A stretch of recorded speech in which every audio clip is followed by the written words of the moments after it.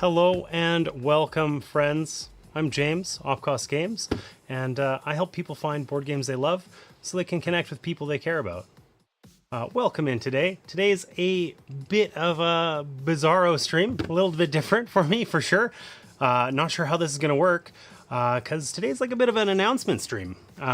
So I've been working on this top secret project for, well, this is week 3 of it, called MeeplesByMail. It's a board game club, and we're going to chat about it today. And I'm not really exactly sure how that's going to go. I think we're going to do a little Q&A, if we got some questions from chat. But largely, I thought I would just kind of tell you all about what I've been up to and see what happens. Allison, Risto, you guys kind of know about this. You guys are involved. Cosmic Beat, you as well. Heavy Tech Mech, nice to see you. So, yeah. Anyway, I guess I'll start by saying that MeeplesByMail, that's the new project. I'll maybe drop the links in the chat here on Twitch. Would you like me to prompt the general questions? I know nothing. Oh, Martina, of course you know. Listen, if you still have questions, Allison, I wanna answer them. I'm just really not sure what to expect because, like, listen, I stream all the time. I play games on the table. You guys all know that. I don't have a game set up. All I brought was my journal and this little guy, this little meeple thing that I printed out that we're going to talk about in a few seconds here. So anyway, MeeplesByMail is a board game club I've started. You can check it out right now on MeeplesByMail.com. I dropped the link in the chat. You can also see the Instagram post that I have for, I posted earlier today, kind of scooping my own story, making this announcement. But basically the idea here is that I wanted to kind of find a way to give back to the board game community and get games into people's hands, and also like help people with connecting with others. So over the last 6 months, that's been a big focus of mine. I decided that my goal with Offcost Games was to help people connect, because I really genuinely, deep down inside, believe that board games can be life-changing, and they're like a shared experience, a physical activity that's tactile and takes place with other people in person in a way that we're really lacking these days generally. And that feels weird to say kind of as I speak to you through a video platform digitally and all that sort of stuff. But the point of the matter is, board games are amazing, and I want others to experience that. So about, I don't know, 3-6 months ago, I realized I hate my job. I have, like, on paper the perfect job, and it is unfulfilling. And I asked myself, in a very introspective way, what can I do that will most, like, positively influence the world, right? And I decided that that was sharing board games and helping people connect through them. And I've been kind of noodling over what exactly that means, and that's slowly coming together. And this MeeplesByMail thing, it was kind of like this idea that Martina and I had kicked around. We were talking about things like, you know, if we had like a op cost, like a community or membership, Patreon type thing, what are some of the things we could offer as benefits to people? And we had this wild idea where, like, what if we mail people board games and they, like, try them out and, like, you know, we just kind of see what happens.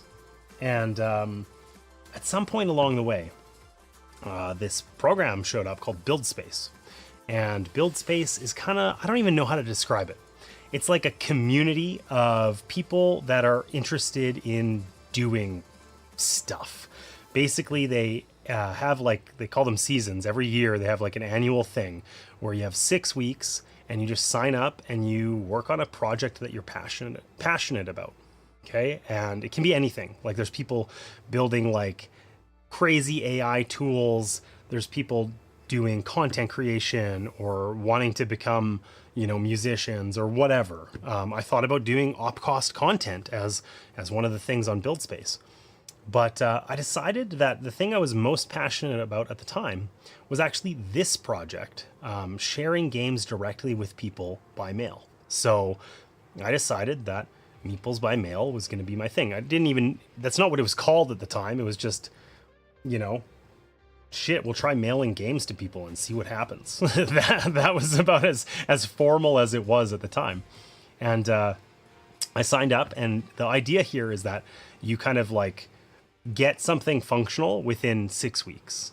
Okay, that's the Build Space's shtick. Okay, it's currently week 3. The week 3 started on Tuesday, yesterday, and week 1 was like about getting an idea. So I kind of like, you know, firmed up my idea about what I wanted this to be, came up with the name, stuff like that. I shared that on Instagram a while back.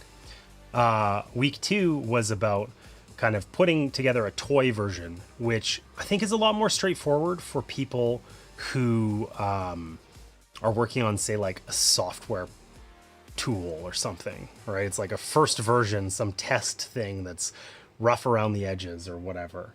But for me, it was a little bit more difficult because I had like a kind of physical product that is going to be sent to people sequentially.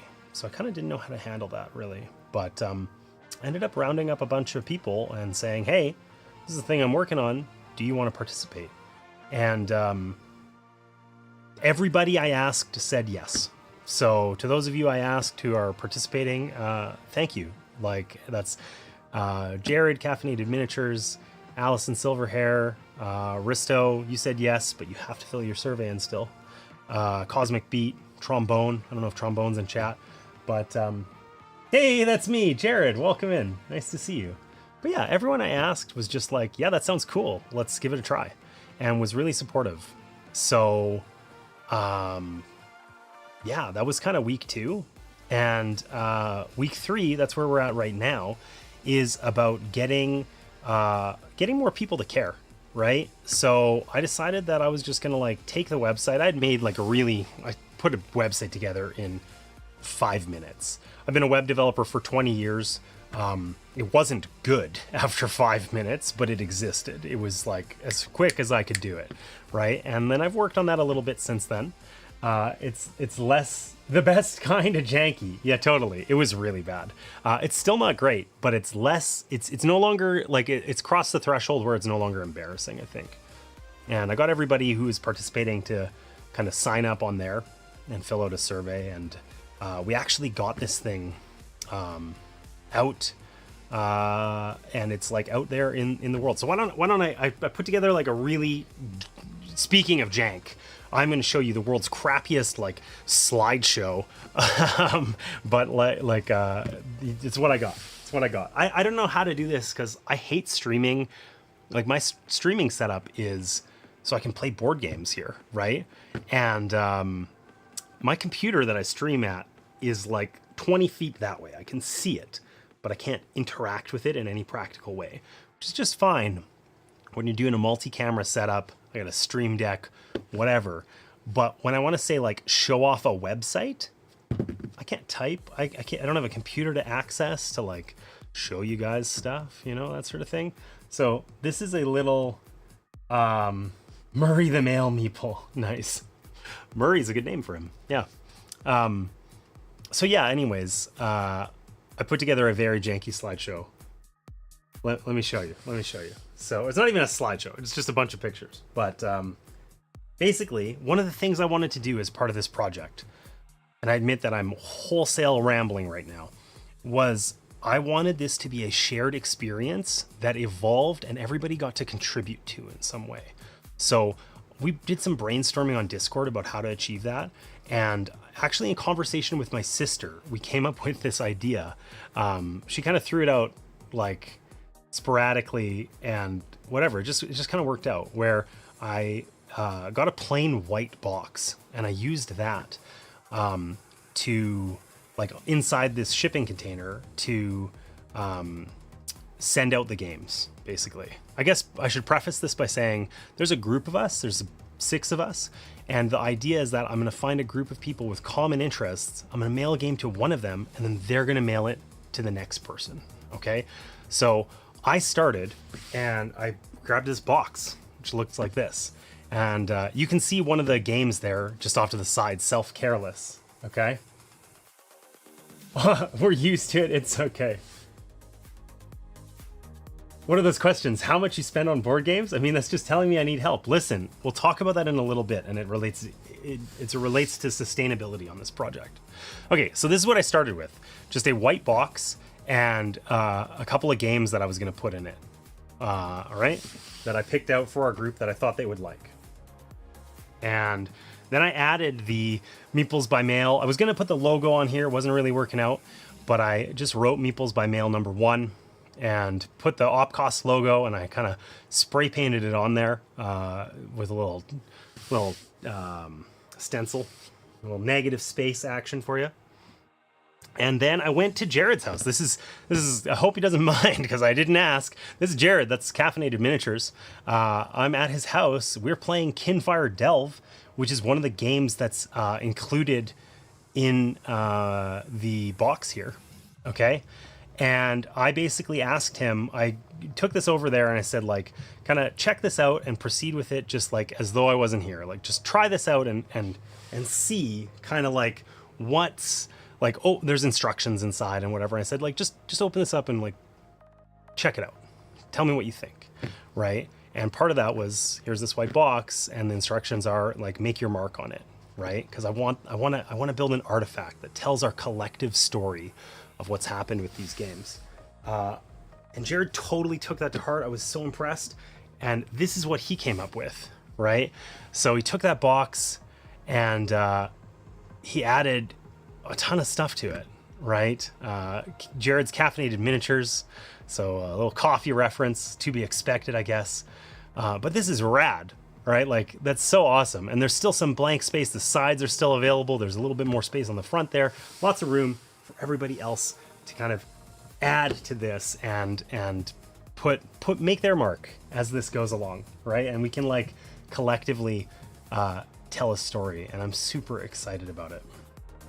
So yeah, basically that's kind of where we are at now. So Jared sent me that picture this afternoon, and he's going to be mailing that box over to Allison. She's next in line in the group, and I was super happy. My biggest concern, I really wanted to figure out how do we personalize this and tell our collective story and like make a thing that talks about the journey and whatever.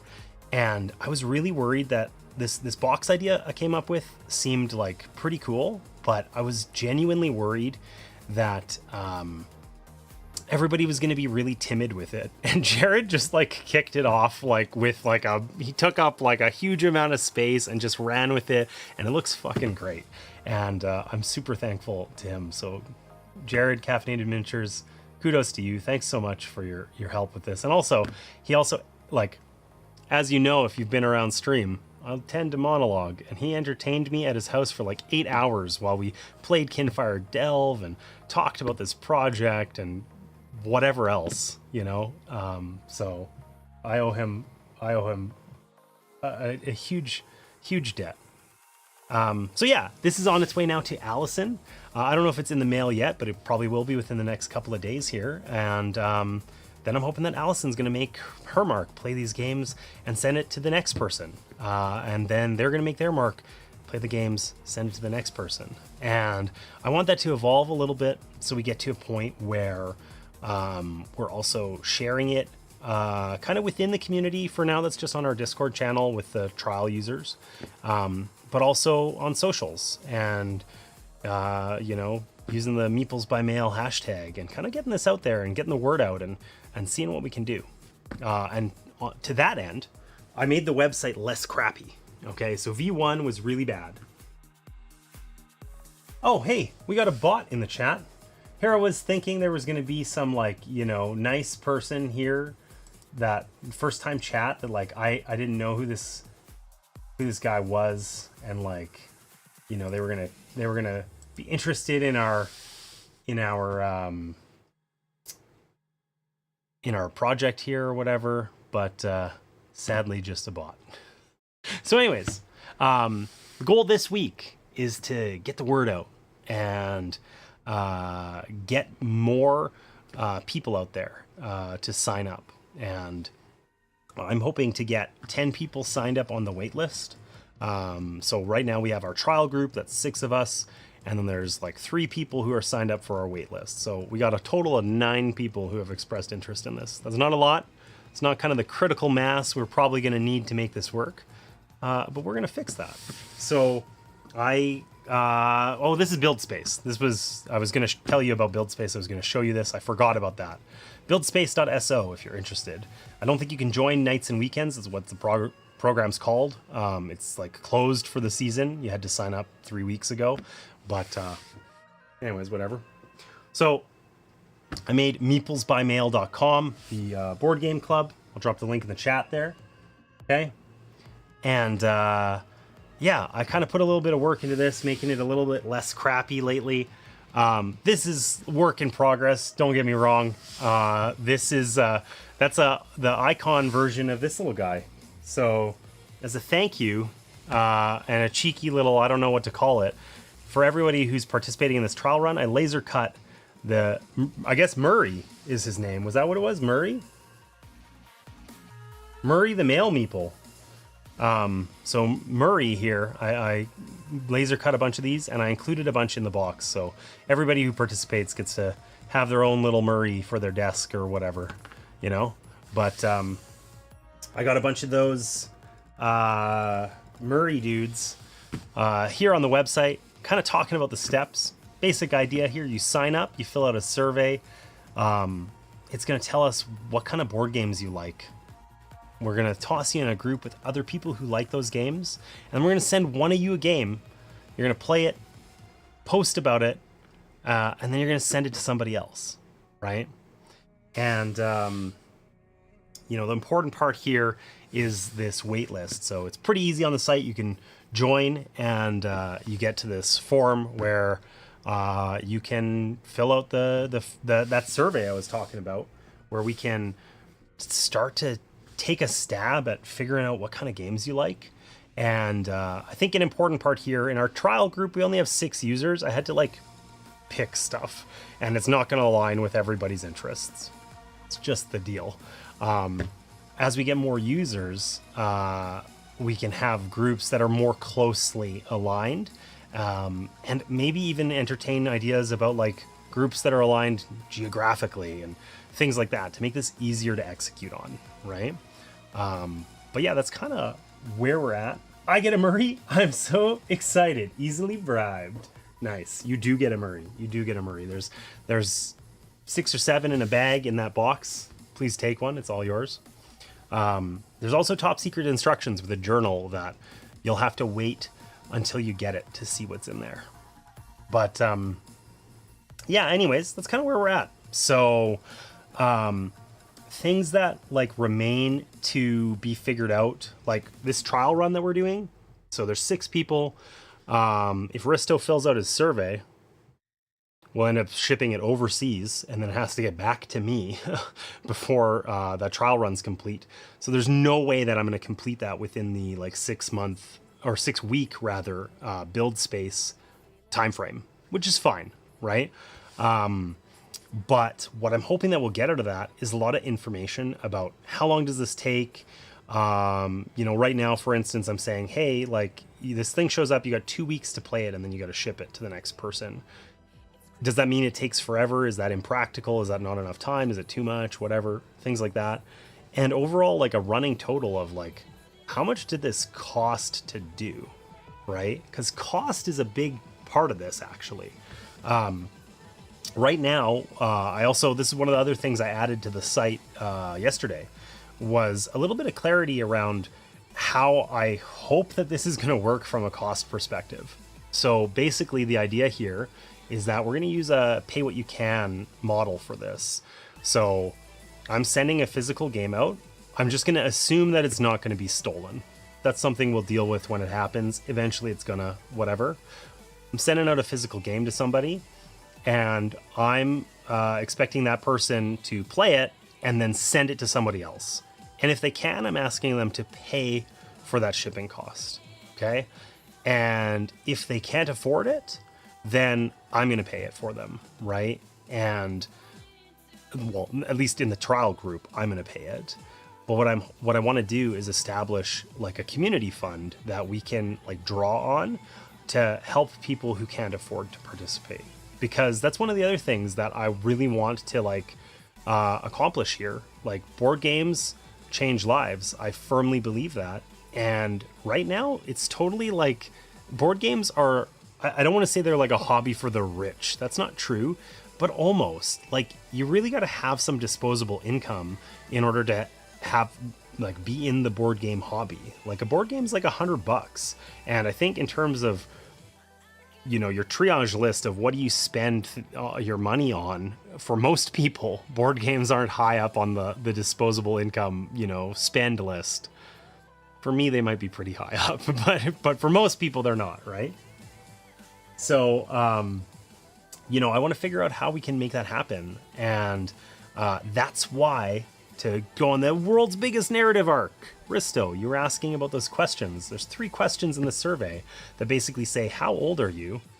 How much do you spend per year on board games? And something else that I can't think of right now because I'm nervous as hell. But essentially that's like some demographic information that I'm hoping we can leverage in the future as we get this going, for like, so that we can do some mutually beneficial stuff that helps communities, but like the community, our group of people who are involved in MeeplesByMail, but also we can partner with publishers to maybe get more games involved in the club, maybe some stuff that's like new or not released yet or whatever, and also give some publishers an opportunity to do some like corporate giving, have a place for them to make like pledge some money for a good cause, basically, and then we can use that to pay for shipping for members who can't afford it, right? So that's kind of the big picture idea of where I'd like this to head. And is that going to work? I don't know, but we're going to try it, and we're going to iterate, and we're going to see, right? So that's sort of the that's kind of like what I got for you. This started as just a weird idea that Martina and I had in our kitchen one day, and just became a thing in like literally 3 weeks. And I'm super excited about it.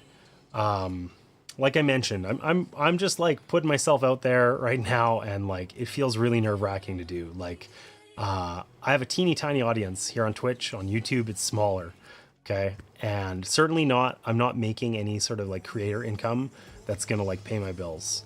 But despite that, in September my current contract runs out, and I'm not gonna renew it or extend it in any way, and I'm gonna start doing this like full time, and find a way to like make that work and contribute kind of meaningfully to make the world a better place, right? And that's deeply important to me.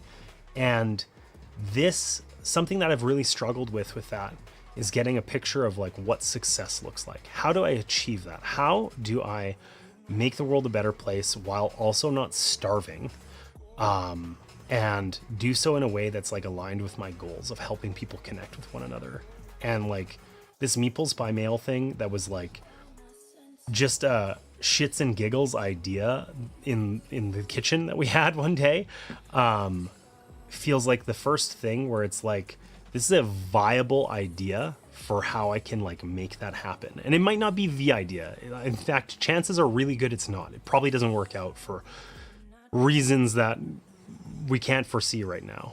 But it's the first time where it's like, yeah, I can like make a positive difference for people who are interested, while also providing an opportunity to publishers, and I can make like a mutually beneficial arrangement there that can be like that could help me to pay my bills while like being like not scummy, right? It's aligned with my goals, and I love that for me.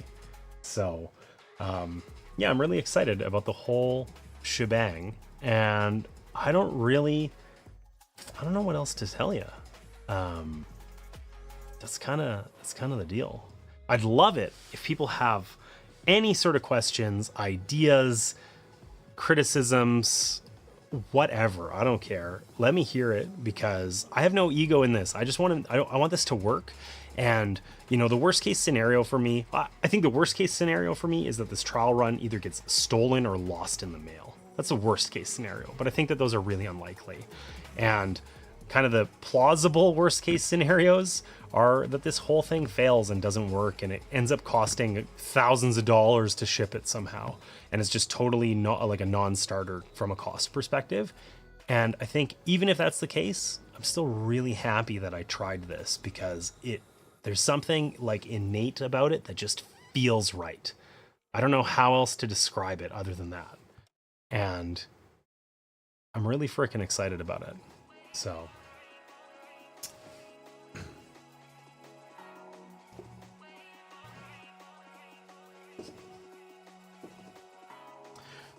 what else can I tell you? I think I talked a little bit about the funding model, how I want that to work.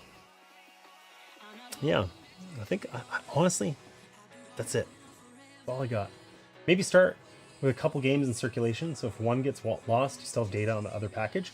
Totally. So Allison, that is something that I'm looking to do. So I think maybe you guys can help me like do some brainstorming about this. We can try to do some now. We can maybe do some in the Discord or whatever. If you've got ideas, you have some shower thought later, whatever, DM me and tell me. I want to know. But the biggest obstacle I see to growing this program, it's one thing for me to reach out to mostly people that I know pretty well. Admittedly, only Jared's the only person that's participating that I've met in person before, right? Everybody else is just somebody who I think I can trust because I believe in people, and they've been hanging around long enough for me to think that they're good people, right?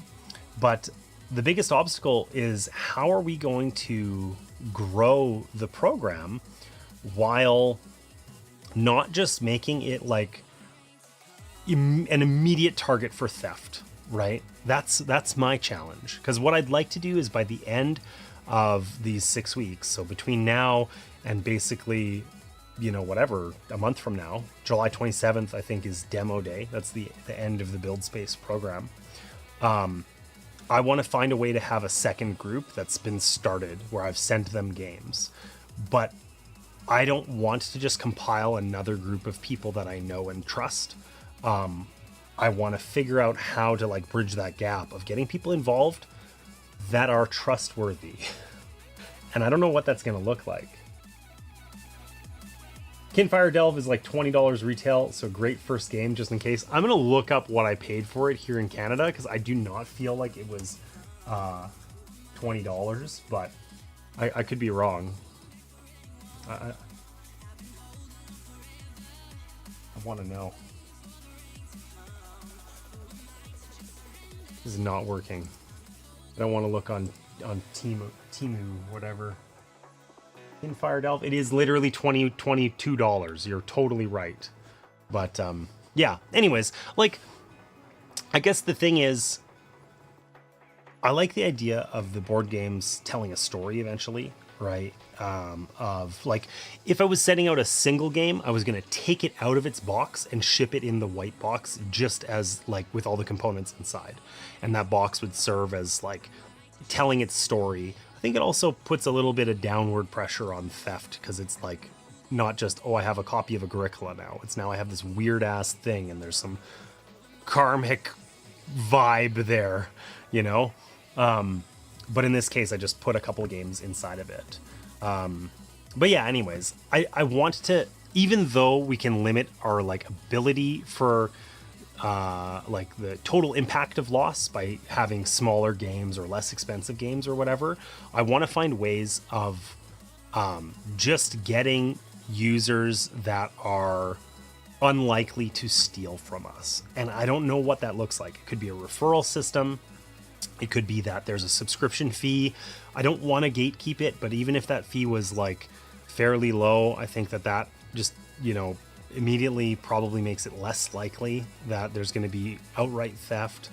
You know, it could be that you have to be a member of the community for X amount of time before we send you something. I don't know, right? I haven't really like, yeah, obviously I don't have a good solution for that. And that's also something that I'm hoping that we can work on is just like doing some brainstorming and working on this communally. And like, you know, I think I've said a number of times because that's kind of how I feel about this. Like, I started this project, but I'm really thinking of it as a community thing that I'm doing like for that reason. I want more people to have the experience of playing board games, and I want to make that happen. And collectively, we can do a better job of figuring out solutions than I can do on my own, right? So I want that to happen. Don't ask me, I got scammed out of 145 euros yesterday because I am gullible. Shit, Risto, what happened? That sucks. I'm sorry to hear that. I feel like the number of times I've been scammed online is extremely low. I've made bad purchases that I regret and stuff like that, but like an outright scam, almost never, you know? So, yeah. So yeah, I want to figure out membership. How do we get people into the fold that are invested? The first step we're taking on that is the wait list and signing up. Like, to sign up, you need to complete a survey. That survey currently has 17 questions, which sounds like a lot, but it like legit takes 2 minutes to complete. Okay. Most of that is just like 5 of those are questions. That's how Jotform, you know, claims that, like, adds them to the list, but they're really just like 1 sentence descriptions of what's coming up or whatever, things like that. Anyways, I feel like by asking people to like make that initial investment, it's not just like time investment, to be clear. It's not just put your email address here. You have to verify your email address and then spend a couple of minutes filling out this survey, which is going to ask you some questions about board games and whatever.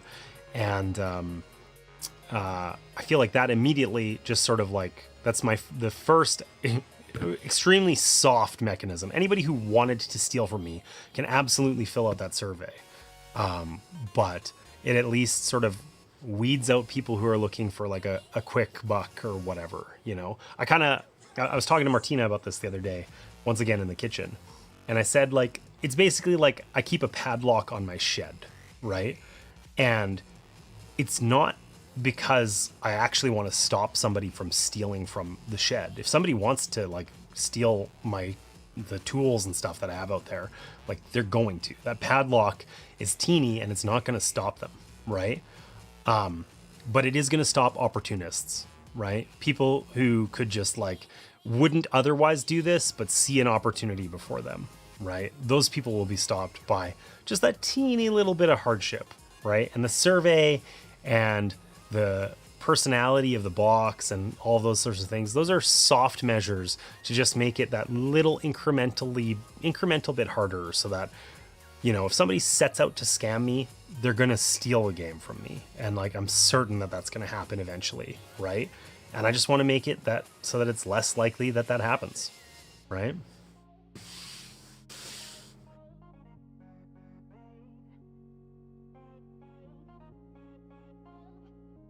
But I feel that doing it intentionally, even if it's only me, is pretty internationally. Yeah, absolutely. But that's it. So international Aristo for the trial run, that's a data point. I want to know what it looks like in the grand scheme of things. If like, let's say suddenly tomorrow 1,000 people signed up, okay, I would want to have like an international group and a North American group. I don't know actually how that would work. As soon as I verbalized that, I realized I hadn't thought that in actual terms about how it would work, but some sort of regional groups where, okay, I'm going to group you by interest, but also by where you live, so that we're not doing overseas shipping and stuff like that. And admittedly, that probably makes it more difficult for like folks that aren't in North America to participate, because getting over that critical mass line might be a little harder.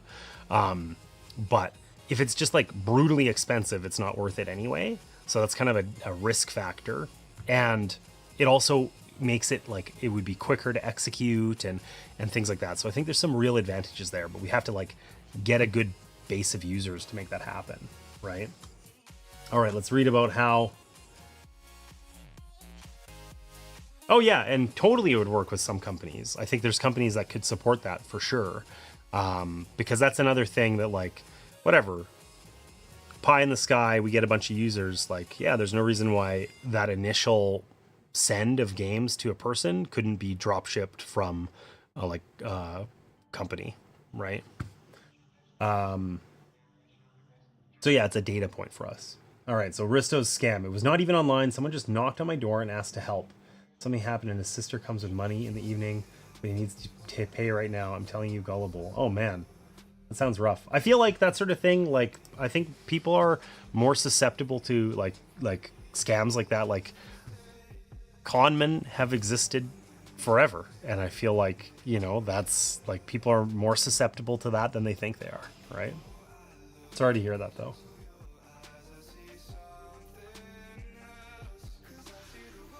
So yeah, I'm hoping that we can figure out the how to get users involved piece. I'd be curious to hear your thoughts if I tried to build some sort of like referral system where it's like you were signed up and you like could, you know, invite X number of people per month or something. I don't know how that would work, but like, let's just say that you could invite one person a month, right? Is that something that would be, you'd be interested to do as like somebody who's using this program? And do you think that would help us? I think that would help us avoid users who aren't, you know, who are looking to rip us off. But I don't know how in practice how big of an issue that's going to be. I don't know. Anyways, I'm gonna run a quick ad, and just because I've been snoozing it for a while here, and it's gonna have to happen eventually. So I'm gonna run a quick ad, take a 2-minute break, grab a sip of water, and I'll be right back.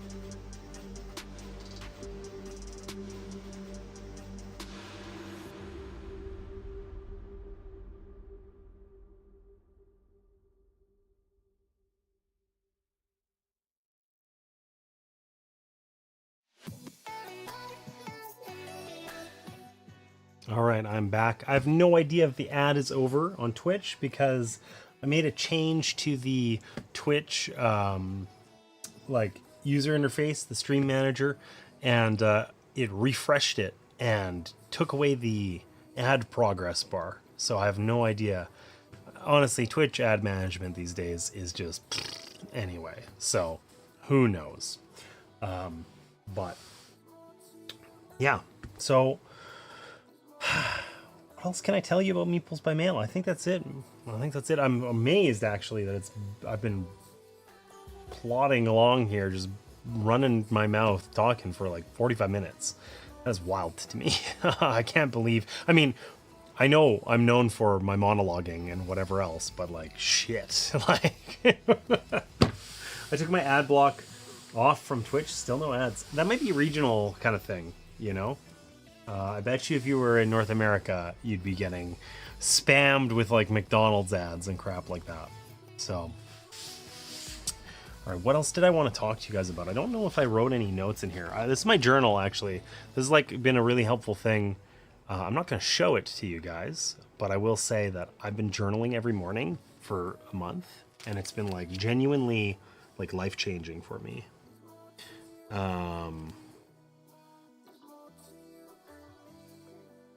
But yeah, I wanted to see if I had written down anything this morning, but I don't think so. Yeah, I think at this point, basically what I'm going to ask is, the one hat I got once was in French. Nice. So yeah, at this point, I think I'm going to ask that I know you guys have already contributed a lot, but if you can manage to, I would love if you could help me share MeeplesByMail.com with other users and get people on that wait list, right? I'm trying to get to 10 people on the wait list by the end of this week. I think we can actually, like, it's the same sort of thing as like the Discord server. Nobody uses the Discord unless other people are using the Discord. So I feel like we're either going to struggle to get 10 users or get like 200, and there's going to be little in between those two states, right? So what kind of difficulty level are you thinking? Like for games? So I mean, that's one of the things that I think we kind of addressed that in the survey. Speaking of which, John, you could fill out that survey on MeeplesByMail.com right now. You don't have to do it literally right now, but you could do it, and I would appreciate it. And one of the things we address in there is how many players do you typically have? How long do you want your games to last? And what level of conflict do you like? And how much luck do you enjoy? And do you prefer kind of like simple or more complex games? Those are questions that we address in the survey. And there are a few Discords that should be great for this. Listen, I'm happy to share, but like I struggle with self-promo. If there's Discords where you're like an active member in good standing and you want to like tell people about it, I would genuinely appreciate that. Genuinely. So yeah, as far as difficulty goes, that's a tricky one. So I think that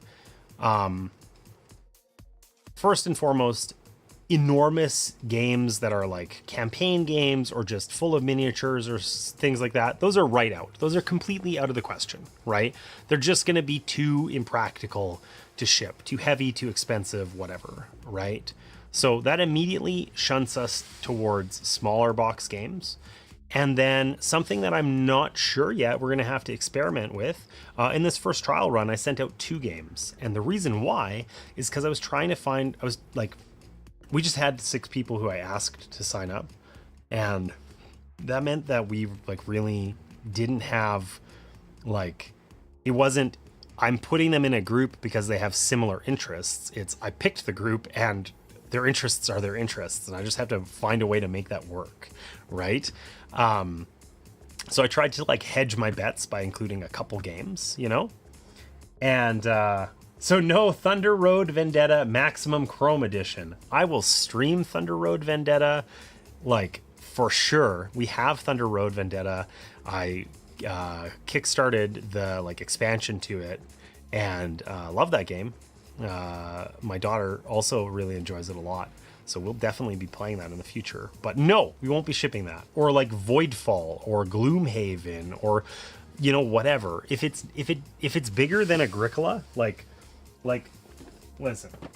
Clank, this is the biggest game we're ever going to send, I think. Because anything beyond this gets cost prohibitive to ship almost for sure, or is just generally, if it's not cost prohibitive to ship, like one thing I don't want, and I want to acknowledge just the fact that the club is going to work like sequentially. Even if it's some future state where we have thousands of users and we have dozens and dozens of games out there, or hundreds, I don't know, right?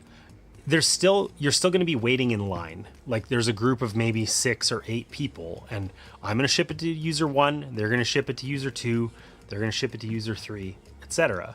That takes time, right? So one of the things we have to map out is how long do you reasonably need to have the game in your possession to get it to the table? Because I don't want to send them a game and then they send it to somebody else because they feel guilty or whatever and they didn't play it. That would suck, right? So how long do they have it in their possession is an important factor, and do they actually get it played, right? Because I also don't want them to keep it for a month because they haven't managed to play it yet. And then, Risto's user number 6 in the group of 6, and he gets it 7 months from now. That sucks, right? So all of that is once again a big rambly way of saying, I think we're kind of predisposed to picking generally lighter games.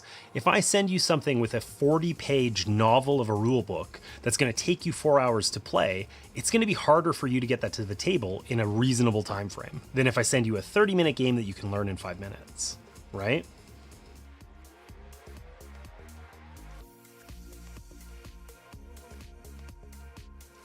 It would be kind of cool to have a game like Betrayal Legacy. Play some, ship to the next guy who picks up, play from there, and so on and so on. Listen, I thought specifically about that because I was trying to figure out how do we make some sort of artifact, some sort of record of this thing. And I thought, hey, it would be cool if we did like a legacy game.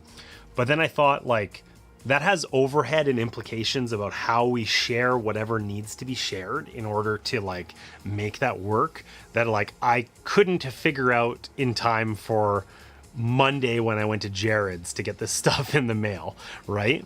But I would totally entertain doing that if we think that there's a legacy style game that doesn't have a huge burden of overhead in terms of having the same group, which I feel like that alone, I don't know of one, but legacy games, I'm kind of I like the idea of more. I've been trying to avoid them lately because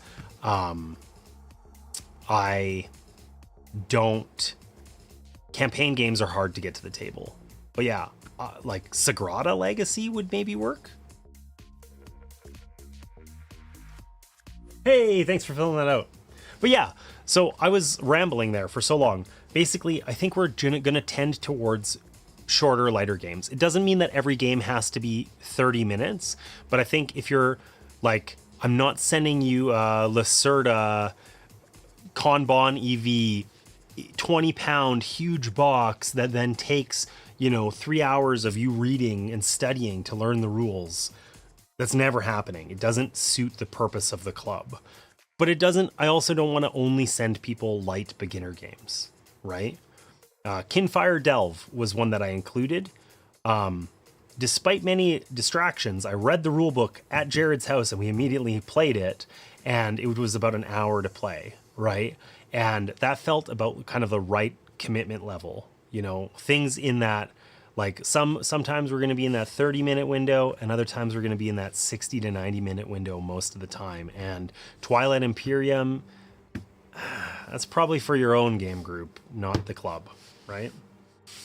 But yeah, does anyone have any ideas of other legacy games that would work for what Allison suggested there? Something where, we complete one part and then the next person completes another part and that sort of thing. I'd be super down to explore that as an idea. But I don't know what game. Sagrada, I think, could work because narratively, it doesn't really matter at the end of the day, you just have to know the base rules in order to play it. Unfortunately, I'm in the middle of a campaign of that, so, you know, that wouldn't work for that reason. My city or my island? Honestly, I've seen my city and my island, and like they didn't catch much of my attention, so I'd have to check that out. But all right, cool. I'll keep that in mind. So I don't think anyone got back to me, or if they did, I totally missed it. What do we think about a referral system for getting users into the fold?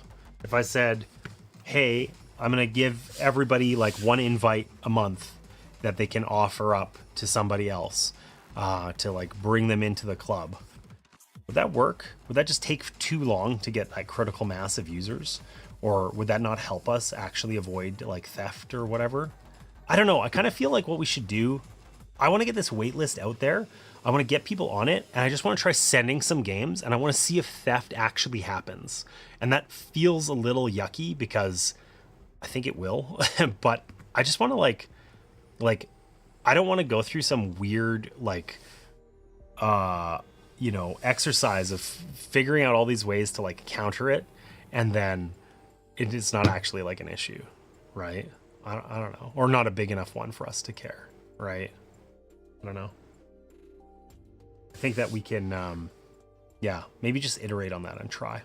So to that end, that's definitely what I need from you guys. I need help talking about this. I don't need everybody to be like shouting from the hilltops all the time about this, but like if you know somebody who's into board games, let them know about MeeplesByMail and ask them to join the waitlist. The survey takes a couple minutes to fill out, and I'd really like to get some more users in there so that we can see, like, for instance, the waitlist right now, like I said, before this stream started, there was 3 people on it.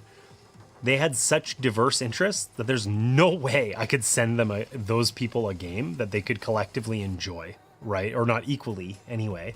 I could send them one that they would, you know, equally hate maybe, but that's not kind of what I'm looking to do. Referral is good. Not sure how it would work. Okay. I don't know how it would work either, but it's an idea at least. Yeah, I don't know. I gotta do some thinking and brainstorming on that. I feel like just deferring, like having a wait list and then asking people. So the survey you do right now, there's a little bit more information we need. Like the waitlist survey doesn't ask you for your name and address, for instance. So there will be a follow-up. And I think that follow-up would have some additional information about interests and that sort of thing that we would use to assign users to groups. And I feel like our completion rate there wouldn't be 100%. We have 100 people on the wait list. I send a follow-up to those 100 people. I don't think I get 100 replies back, right? And maybe like that's enough. I don't know. Whatever. We just got to try it and see. And like, you know, I'm expecting that I'm going to put up a couple $100 towards this project, and that's just going to be a cost of getting good data about how this works, whether that's paying people's shipping costs or loss because games went missing. You know, I'm not sending out copies of games that I can't replace or things like that. You know, rare whatever isn't happening. But equally hate. Whatever, you know exactly what I mean, right? But yeah, anyways, I could really use some help talking about this and just getting some more people on that wait list. And I would genuinely appreciate if you could just ask somebody you know who's interested in board games to sign up. And one of the things that I'm also like hoping to achieve with this is I made this survey so that it should be approachable if you don't know anything about board games, because I want I wanted to say I want my mom to be the target audience for this, but that's not true. She actually plays a lot of board games with me quite competitively. But I want someone's mom to be the target audience for this, where it's like, I feel like if you want to get into board games, the bar is actually really high. Like if you went to Board Game Geek and like picked a game in the top 10, there's a really good chance that you're not going to get something playable as like a new player, right? So like finding out where to start is really hard. And I want to help facilitate that a little bit by, you know, it might be a little bit of effort, you know, might take you 5 minutes to fill out your survey or whatever, but I want it to be like not intimidating. You don't need to know board game jargon, and like, if you don't know what worker placement is, who gives a shit? You can still sign up. You don't have to, like, that. You won't even actually see that stuff in the survey as it is right now, unless you kind of self-select as being like an expert, right? So I want to really emphasize that, and that's something that I want to kind of like test out there. So like, if you can share it with your mom or whatever, somebody who's not like, who you think might be interested in board games but doesn't know where to start, that's like a huge user group that I want to help like get in the door, you know?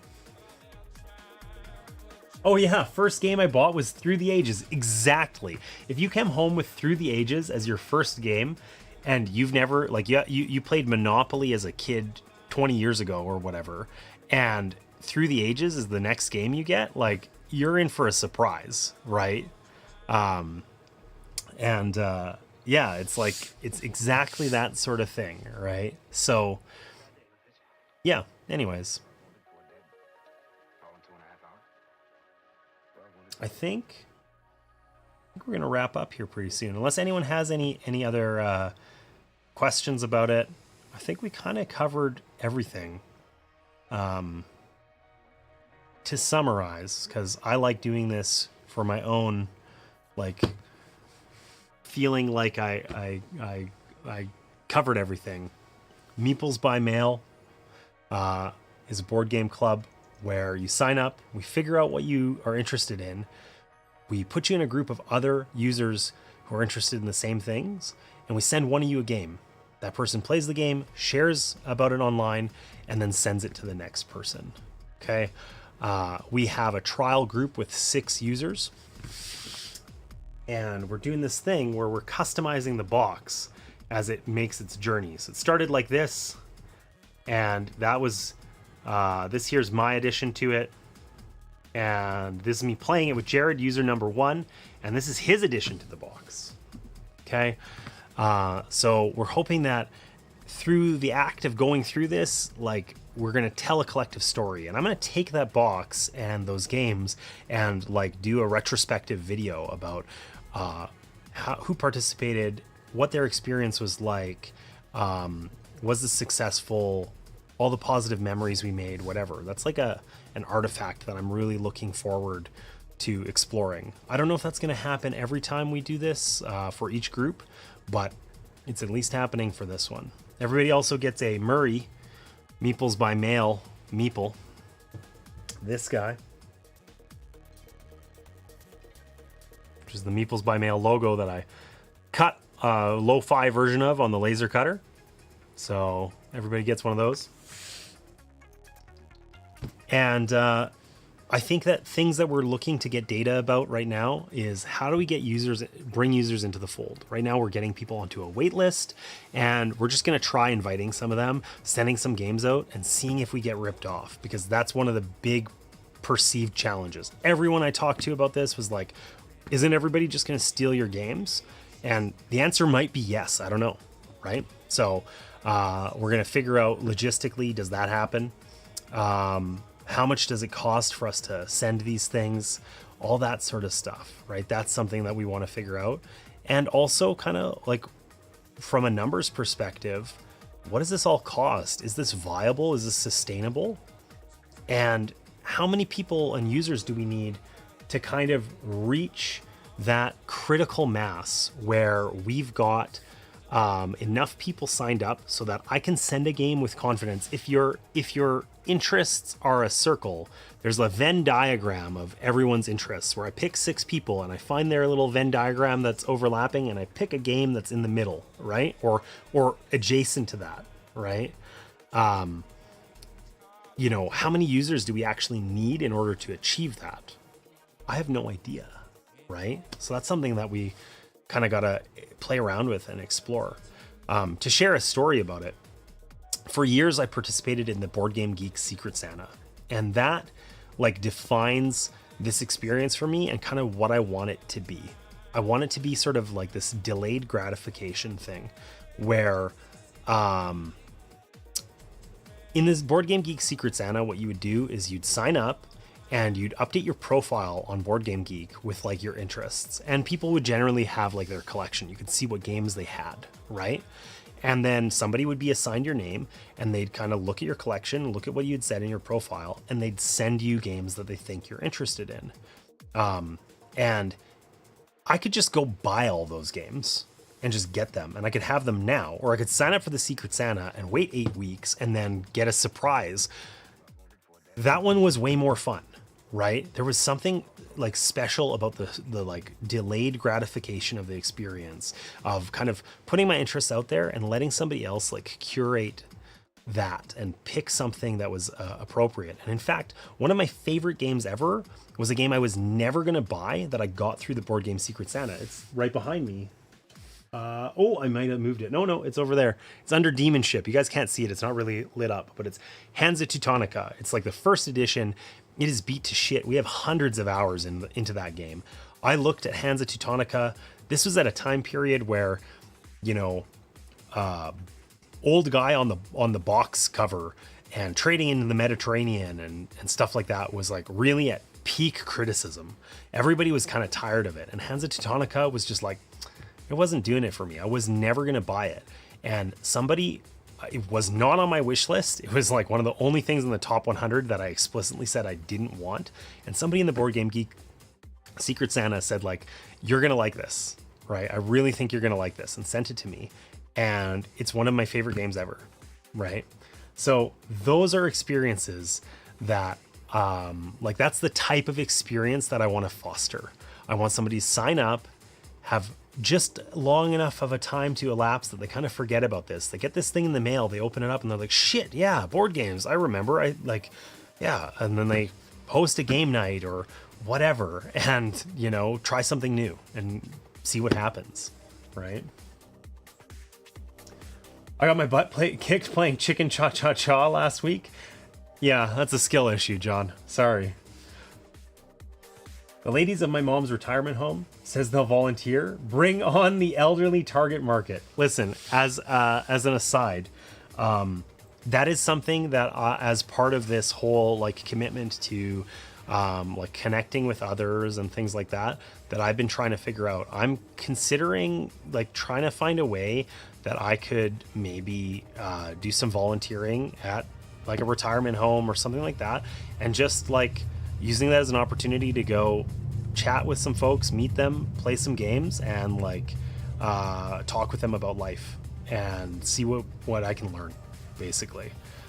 Connect with them, right? People who, I think retirement homes are important, but like sadly people get shipped off there and get forgotten about, you know? And certainly my local, there's a local place close to me that like they are constantly looking for volunteers to just like, you know, be kind of companions for folks that don't have anybody else to chat to and that sort of thing. So I've been trying to figure out how I could kind of explore that, not in the context of MeeplesByMail, but in a bigger overall OpCost connecting with people kind of thing. So that's something that like I'm actively thinking about, and you know, I love that. So, you know, everybody, like, with the exception of things that are completely impractical, like, or outrageous, outlandish, basically every social situation gets made better with board games. Gotta have dinner with your in-laws and don't want to make small talk? Crush them at a board game instead, right? Getting together with your friends and like want something to do, like play a board game, invite them over, play a social deduction game with your buddies, and like be prepared to like, you know, experience inevitable betrayal in a way that like helps people bond like nothing else, right? Like every social situation is made better with board games, you know?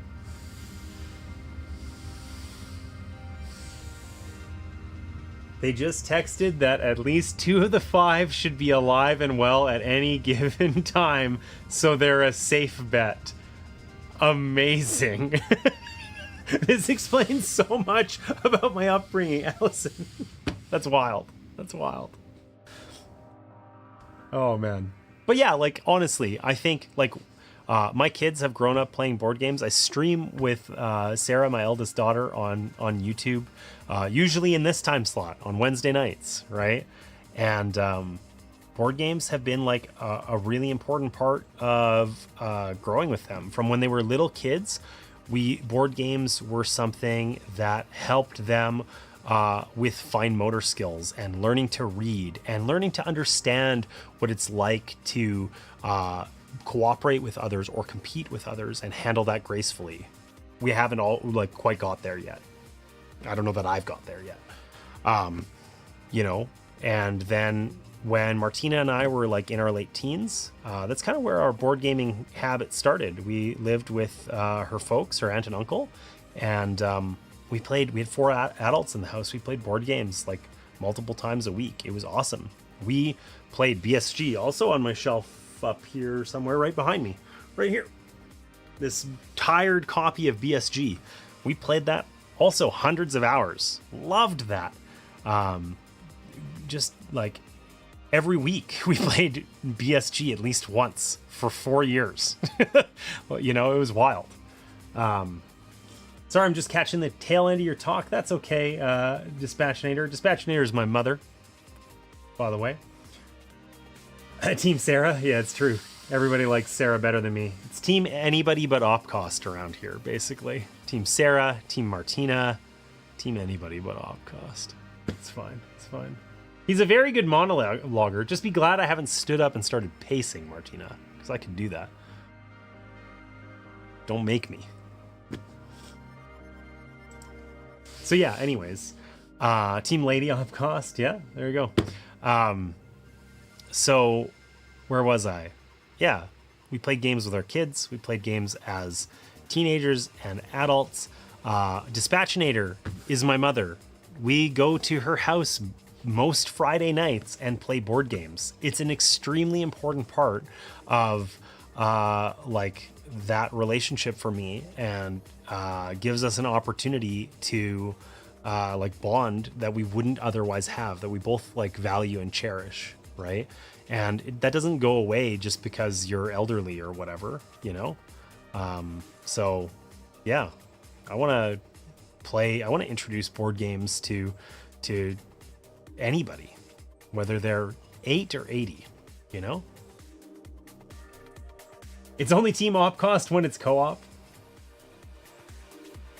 DJ PJ, hello, welcome in. I'm monologuing tonight about a project I started called MeeplesByMail. I don't know how long you've been in chat, but it's a board game club where you can sign up and I'll send you a game and then you play it and you send it to somebody else. It's kind of the 2-second summary. And feel free to check out the website, MeeplesByMail.com, and sign up on the waitlist. Largely, tonight I joined this program called Build Space, and tonight has been part of week 3. I'm trying to get this thing out the door and functioning in 6 weeks or less. And today I kind of launched it formally, put the waitlist out there, and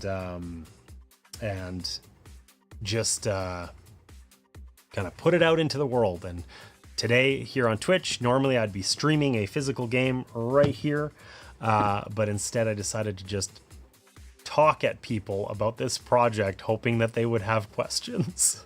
And here we are. So it is nice. I'm hoping it's nice. The goal is to help people connect with people they care about. That is my goal as a person. I've started introducing every stream that way. I start the stream and I introduce myself and remind everybody that I'm James, Opcost Games, and I help people find games that they love so they can share them with people they care about. That is my goal. And Meeples by Mail is one way that I'm trying to fulfill that. I'm trying to help people have opportunities to play games, whether they whether that's just because they're trying something new or because they wouldn't otherwise be able to afford it, or whatever the case might be. I want to help people have opportunities to play new games, and I want those games, when they arrive to that person's house, I want that to be the catalyst that they use to go connect with somebody else, right? So they those games show up, and that's what that's the trigger to call their friends up and host that board game night that they've been thinking about. Or if they're new to board games, this is their first opportunity to, try what a new game is like. They don't know where to start. Well, I'm going to help them, right? It's the whole idea. If I wasn't so far away, I would love to participate. Where are you at? We have folks overseas. I'm in Canada, and listen, we can make this happen. One of the things we were talking about earlier in the stream is, as we get more users, because I literally started this today. We have a trial group of 6 users, and I'm trying to get more people on the wait list.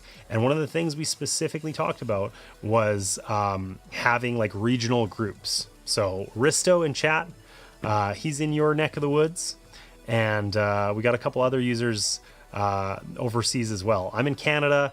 For our trial run, I took our first game to my buddy's house. He's Jared, Caffeinated Miniatures, user number 1, and he's sending them to Allison here in chat, who's in the United States. So we're immediately kind of international. I mean, it's strictly speaking is international. Canada and the US doesn't feel that way. It feels different somehow. Maybe these days, post NAFTA, it's different. I don't know. But anyways, yeah. Okay, listen, compared to where I am, it's sorta, listen, Risto, I'm trying to make this work, okay? I like to think of it as far southern Canada. Allison, I like that. Honestly, when you were describing your hometown to me, I got a Canadian vibe. It sounded friendly. There was a lumberjack walking down the street. I don't think anyone would bat an eye,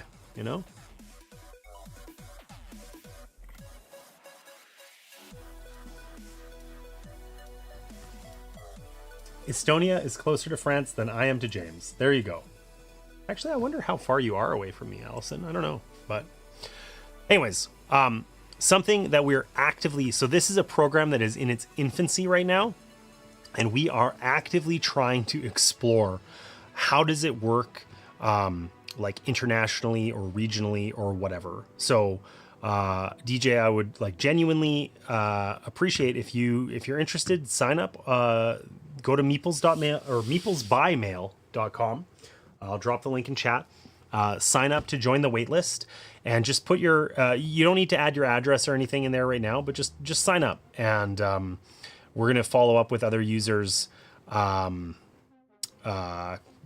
soon and do another little trial run here. And I'd love to explore that. That actually makes me wonder.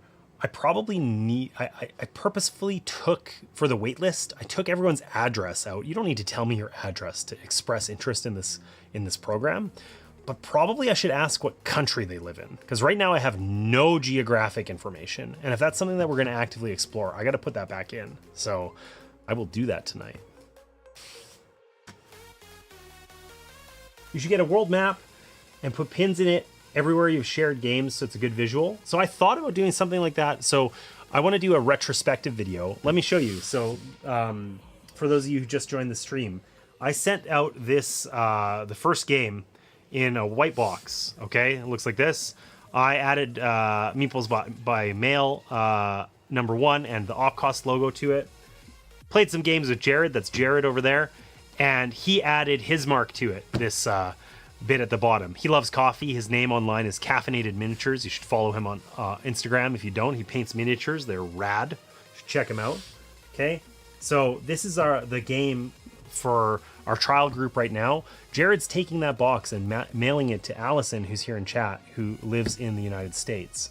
And then Allison's going to mail it to somebody else, probably Cosmic Beat, who's also in chat, and eventually Risto. Risto's in on this trial group too. So we're going to send this kind of all over the place. Everybody's going to make their mark on that box. And when it gets back to me sometime a couple of months from now, I'm going to do like a little retrospective video where I talk about, show off how things have changed, what happened, how it evolved, what worked, what didn't, you know, and part of that is sort of like, here's a look at where this thing has been, which I had imagined on a map as part of the video, but maybe it needs to be a physical thing too. I don't know.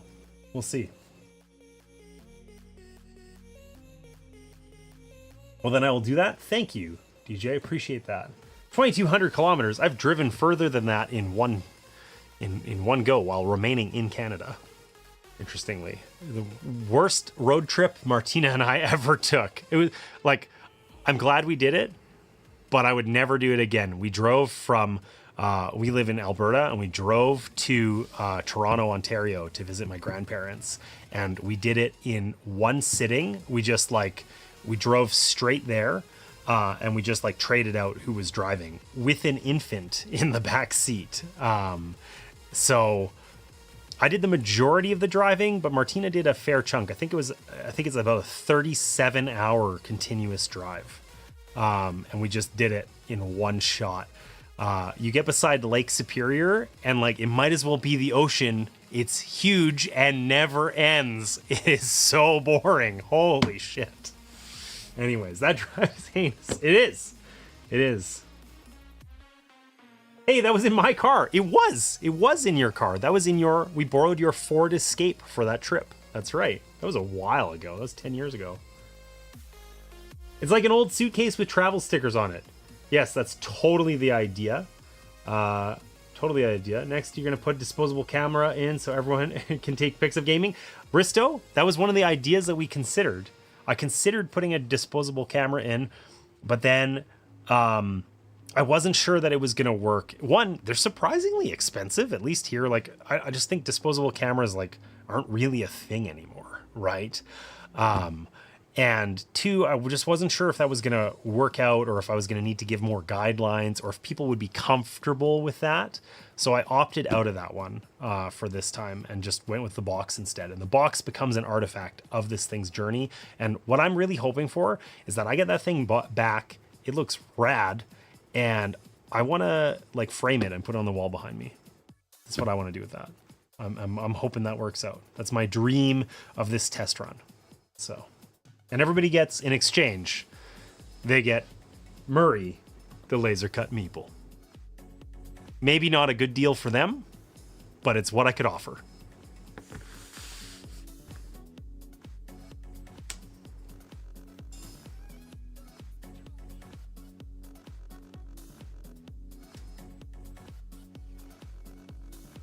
It's also super cute.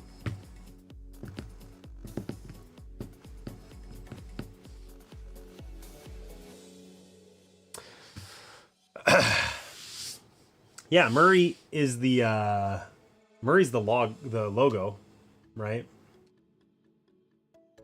You're gonna be painting Murray. Oh, Jared, that makes me so happy. I was hoping you would say that, or that somebody would do that. I thought maybe Allison was gonna be the one to do it, but Murray is like a lo-fi version of the MeeplesByMail logo, and I have a laser cutter that I rarely use. This is actually like a crappy version of Murray. You can see Murray, this Murray's butt got kind of a little messed up, so I didn't send this one out.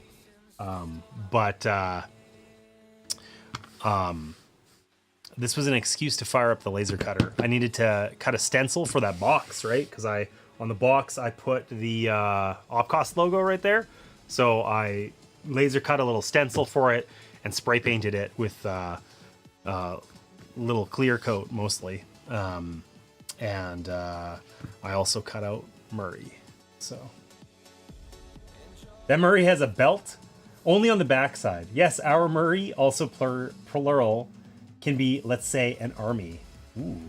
But yeah, Allison named Murray in this stream just now, so that was unexpected benefit of hosting this weird Q&A where I just monologue. Also, listen, in chat now or privately afterwards or whatever, I would love if you guys would share with me like what this was like as a viewer, because I don't do just chatting streams and talk to people and whatever.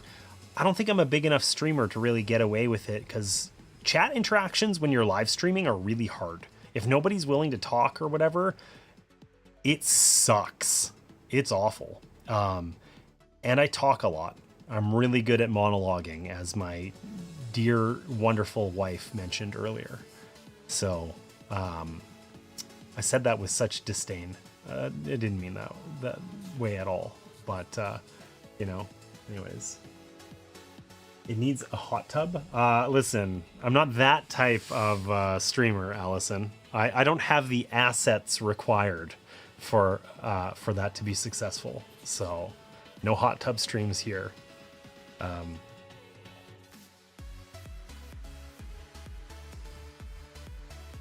Maybe that's why I show up to give you shit. Yeah. I don't know.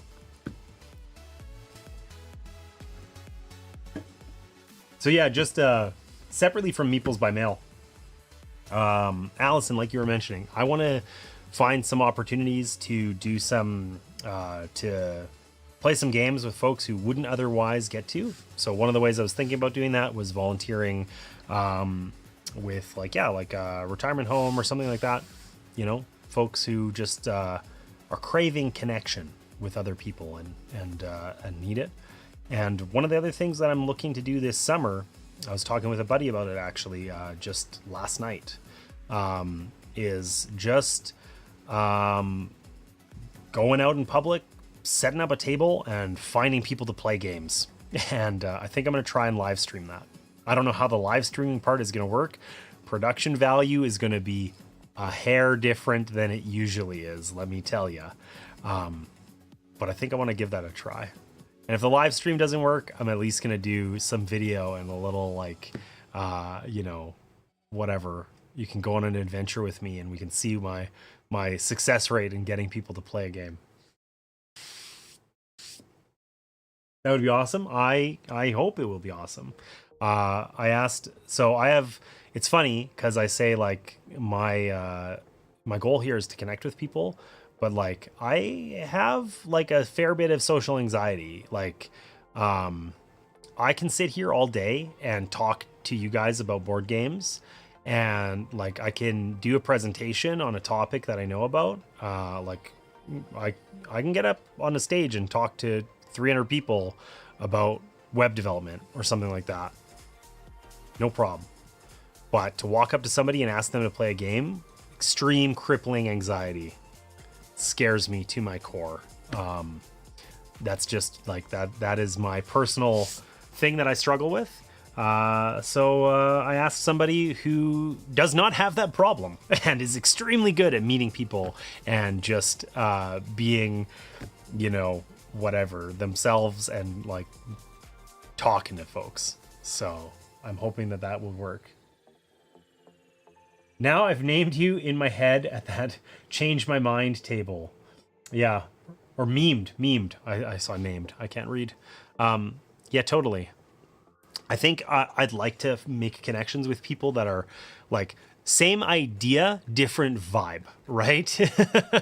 So, but that's like literally it. Set up a table beside the pathway somewhere and go meet some folks. Martina, Jared, you'd probably know. I was talking to you don't know who this is, but I was talking to Jack about this. That's my buddy who I think could help me do it, and he thinks we should go like Kensington area and just find some folks who'd be into it, and I think he might be right. Or maybe a supportive coffee house. It's true. I do know somebody who manages a Starbucks, but I suspect that this is disallowed somehow. But we could try and figure that out. But yeah, I want to find ways to connect with people and help them experience board games and then take that experience and connect with others that they care about. It's really meaningful to me. I genuinely believe that is the single best way that I can like make the world a better place. I have a platform here to do it with. I'm capable of doing it in person too. I just got to do more of that. And Meeples by Mail is just one, like, you know, variation on a theme there that I'm going to try, and it might fail. It might work out. It might evolve. It definitely will evolve. Now we know that the mascot is named Murray. Murray, the Meeples by Mail mascot. Jesus Christ, that is hard to say. But you know, I just want to like see where this goes. And this is just one thing. This is the thing we're trying right now. Maybe it becomes a thing. Maybe it evolves into something else. Maybe it doesn't work out and we drop it off and do something else. I don't know. We'll see. That person might let anyone else play games at Starbucks. Yeah, I have a strange feeling that they might not be on Team Opcost. I don't know. People play games at Starbucks. Okay, so listen. Martina, Lady Opcost, she's the Starbucks manager, in case that wasn't obvious to anybody. People who might be new to stream wouldn't know. But Martina, you telling me I could play games in your store, and if I wanted to, I could like set up a camera in there? Because I think the camera would be the problem, right? Because there's going to be some weird ass policy about, you know, likenesses appearing on video and that sort of thing. Maybe in the corner, in a dusty corner somewhere.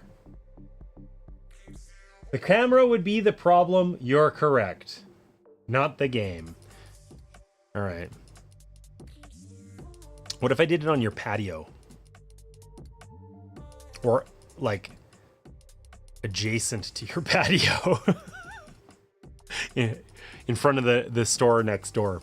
Is Cobb's right next door to you? I can't remember. Just set up a table there and hope they don't complain. Marble slab patio. There you go. There you go.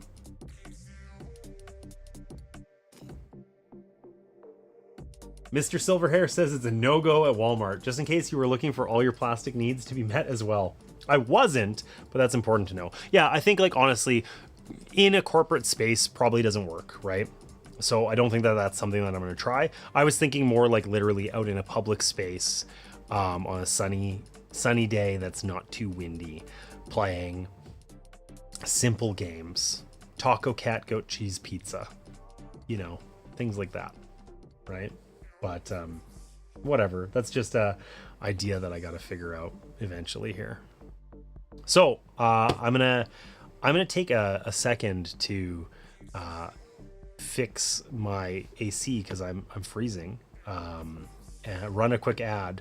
And when I get back, like type any questions you have in chat or any final thoughts or whatever. And then when I get back, I'll talk through those really fast. You know me. And then we'll wrap up. So I will be right back in a minute.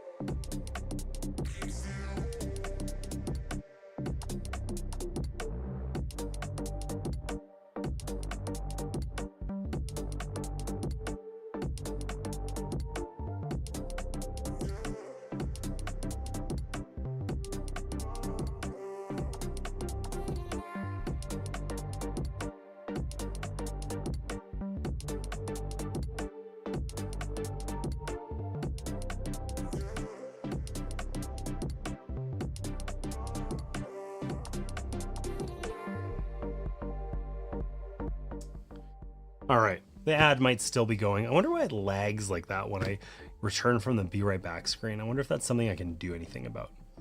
I don't know. Just walk up to people in Princess Island Park and ask if they will play a quick round of Taco Cat Goat Cheese Pizza and see what kind of response you get. That's exactly the idea, Mom.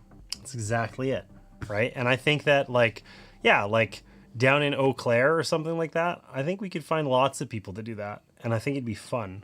And I just think that we'd have to figure out I mean, I could just do that, but I'd like to, like I said, I'd like to live stream that, or I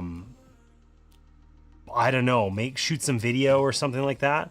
And we'd have to kind of like figure out how that part of it would work, right? Maybe don't break strangers' fingers though.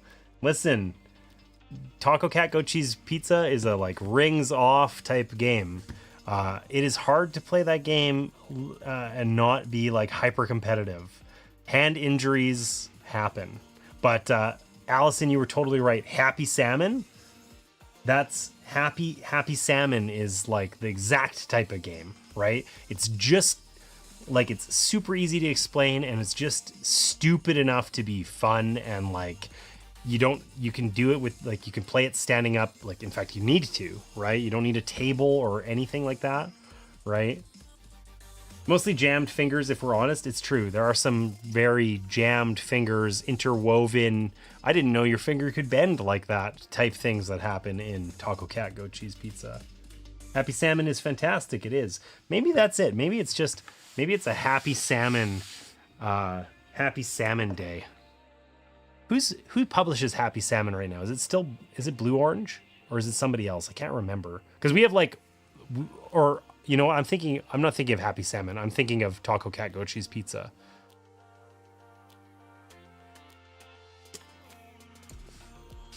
Too much touching of a stranger's hands. I mean, they may not like Happy Salmon. Well, whatever. They'll get over it. Happy Salmon doesn't involve, like, it's fist bumps and weird forearm slapping. That would work. Taco Cat Goat Cheese Pizza, Allison, is like a game where you're you have cards and you're trying to get rid of all of your cards as quickly as possible by following the sequence where everybody's like playing cards into the center of the table, like one at a time, like by saying like taco, cat, goat, cheese, pizza. And when you play a card and it matches what you said out loud, you have to like race to put your hand on the pile of cards, and the last person to do it takes all the cards.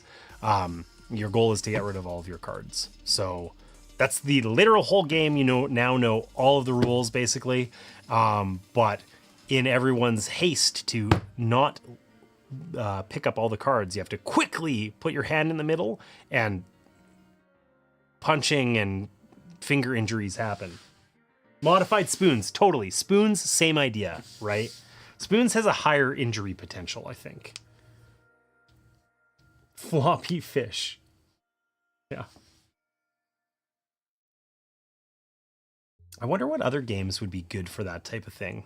What would be a good we can play this in 5 minutes, or I can teach you the rules in 2 minutes and we can play it in 5 or 10 that doesn't involve like physical touching, like between participants. I don't think that's that big of a deal. Like in Happy Salmon, you fist bump and stuff, like whatever. I'd fist bump a stranger. Dancing eggs. We have dancing eggs. Honestly, dancing eggs is a game that like I think I like, but I recognize that it's kind of stupid, and like it's one of the few ones like that where I feel like it just hasn't worked well for me. People have liked it less than I expected them to. Why am I'm very surprised that like, when the hell have you played Dancing Eggs, Allison? And why? I find that very surprising.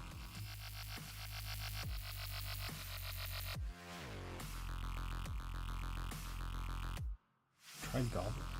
I don't know what that game is, DJ. I'm looking that up.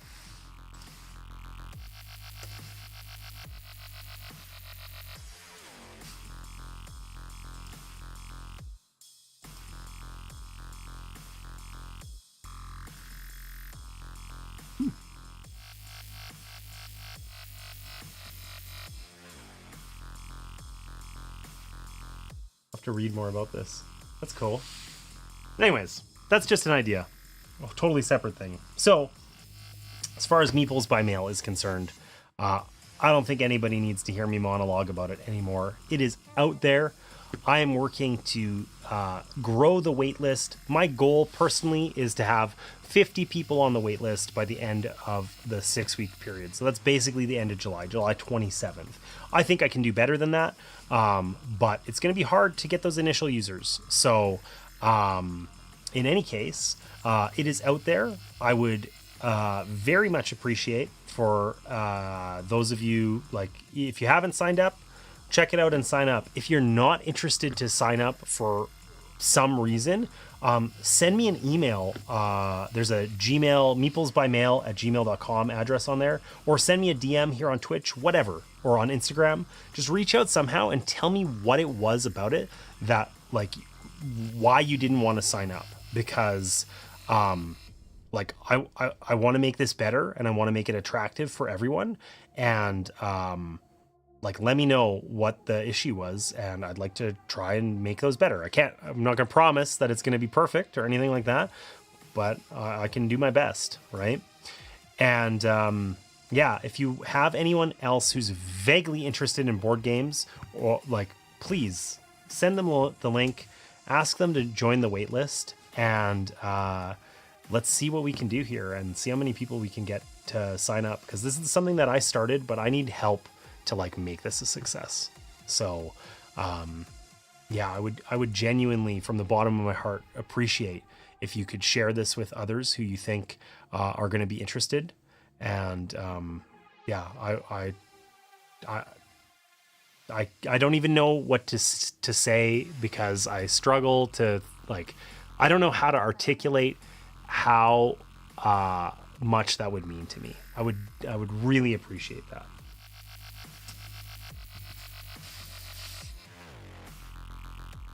As an adult, testing it for my classroom, but we decided it was too fun and kept it. May I add that wine makes the game next level. Wine makes dancing eggs next level? Yeah, I bet. So yeah, anyways, if you guys can share that link with anybody who you think might be interested, or on your socials if you feel like it, or whatever, just help me get it out there. Give me any feedback. Join the Discord if you want. That's the wrong thing. I have to type this one in. But Hello.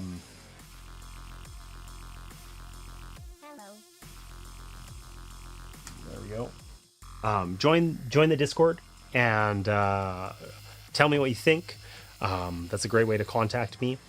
And yeah, let's make something awesome here. And I'm going to be reporting back about this on Instagram primarily for the next couple of weeks. My Instagram has had nothing on it since December, I think. And I'm going to get my shit together and be posting at least weekly updates there. I'll probably be posting another one tonight based on the outcome of this. So yeah, and something that also helps is, even if you just send me a DM and tell me, like, that you're interested, or what you like about the idea, or whatever, all that stuff, like, really helps me to kind of direct and kind of figure out where this needs to go to be successful. So I want to offer, like, a particular thank you to those of you who have agreed to participate in this initial trial run. So Trombone, Allison, Jared, Caffeinated Miniatures, Risto, Cosmic Beat, Garden Maven, if you're here. I don't think you are, but anyways, those of you who have agreed to participate, I deeply appreciate it. And Jared in particular, look at the fucking rad box that Jared made.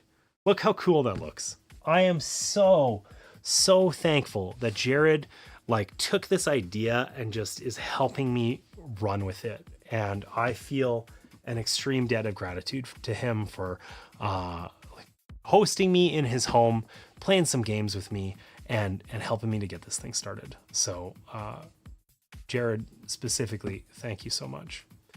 So with that, I think we're going to wrap up here. I can't believe I fucking monologued for like 2 straight hours. I mean, I absolutely can believe it, but I started this stream and I think it is very evident that I had no idea what I was doing, because I didn't know where to start or how to talk about this or whatever. So Allison, thank you. Heavy Tech Mech, Silly Wave, that is a Sarah stream thing. Normally, my daughter Sarah and I, we stream on YouTube on Wednesday nights, and she always wants to end the stream with a Silly Wave, but I'm saving that for her. That is her way of signing off. So I absolutely can believe it. The monologuing, yeah, I know you can. I know you can. Offcost is monologuing king. That's probably true. I'm really... listen, everybody has their strengths, and that happens to be one of mine, and somehow I suckered you guys into listening to me for like 2 straight hours. So I appreciate you all dearly, like so much, for helping me with this. And also, I mean it, like, I would love some feedback about how this went or what I could have done better, because I don't normally do little just chatting Q&A streams about project announcements.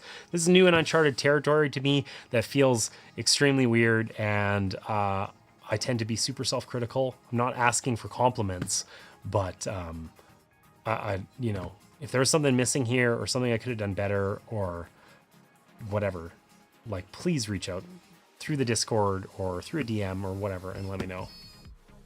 Oh shit. Okay, well, we're going to wait a second because I was just wrapping up, but Time Roller rated us. So this gives us an opportunity to talk to some new people. I'm going to give Time Roller a quick shout out here. I suspect that most of you are familiar with Time Roller, but if you're not, Time Roller streams board games here on Twitch. Please give him a follow. He deserves it. Time Roller, thanks for bringing in your community. I was just wrapping up, but this gives me one more opportunity to kind of go through my spiel about my big announcement here. So for those of you who just rated in, I'm James, Opcost Games. I help people find board games that they love so that they can share them with people they care about. And today, normally, I'd be playing a game on the table here. I'd have something set up, and we'd be playing something right here. And today, I instead have an announcement, and we did a bit of a weird Q&A stream about this project I've been working on called MeeplesByMail. And just played an amazing game, Adventure Party. Wanted to catch it. Yeah, thanks for bringing everybody over. Adventure Party, I caught your stream earlier. It looked fun. I mean, I saw Cosmic Beat and Trombone and others in there, so that was cool. But MeeplesByMail is a board game club that I've started at MeeplesByMail.com. I'll drop the link in chat. And basically the idea here is that you sign up, we figure out what kind of games you like, we put you in a group with other people who like those games, and then I send one of you a game. You play it, you share it, and then you send it to the next person in line in your group. And this is something that I literally just started. I joined a program a couple of weeks ago called Build Space, where it's just a community of users who get together and they spend 6 weeks to build something they're passionate about. And this is the passion project that I chose. I'm helping people connect with others through board gaming, and I'm doing it through this board game club. So MeeplesByMail, this week, we're in week 3 of Build Space, and this week my kind of update is that I made the website suck less. It's still not great, but it's a lot better than it was.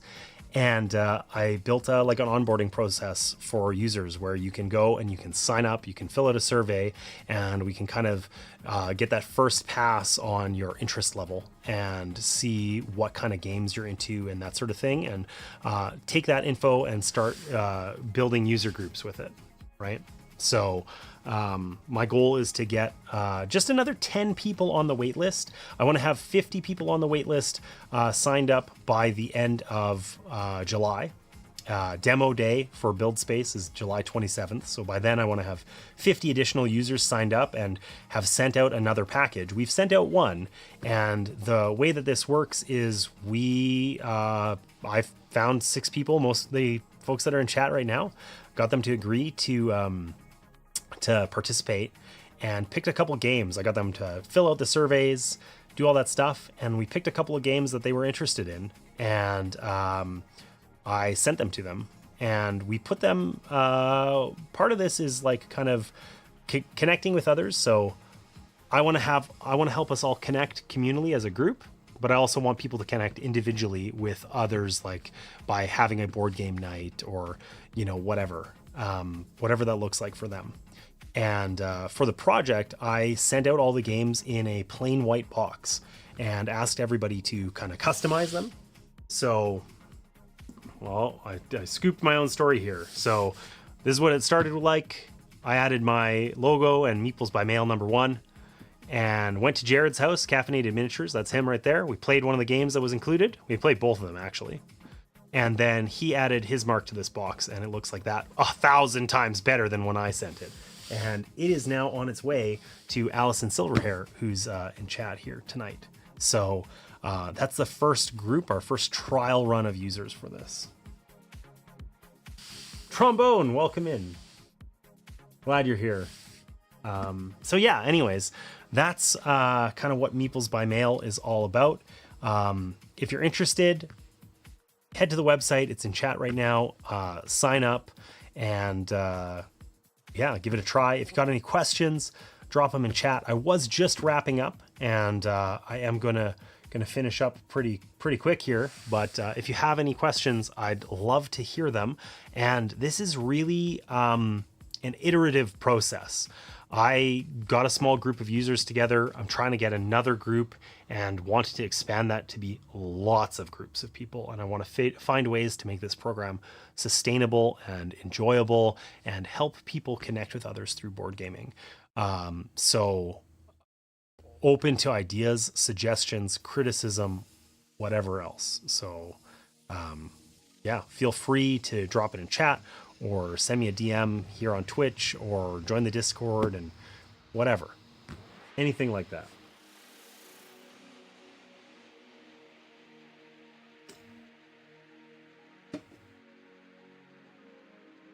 Also, Time Roller, thanks again for bringing everybody over here.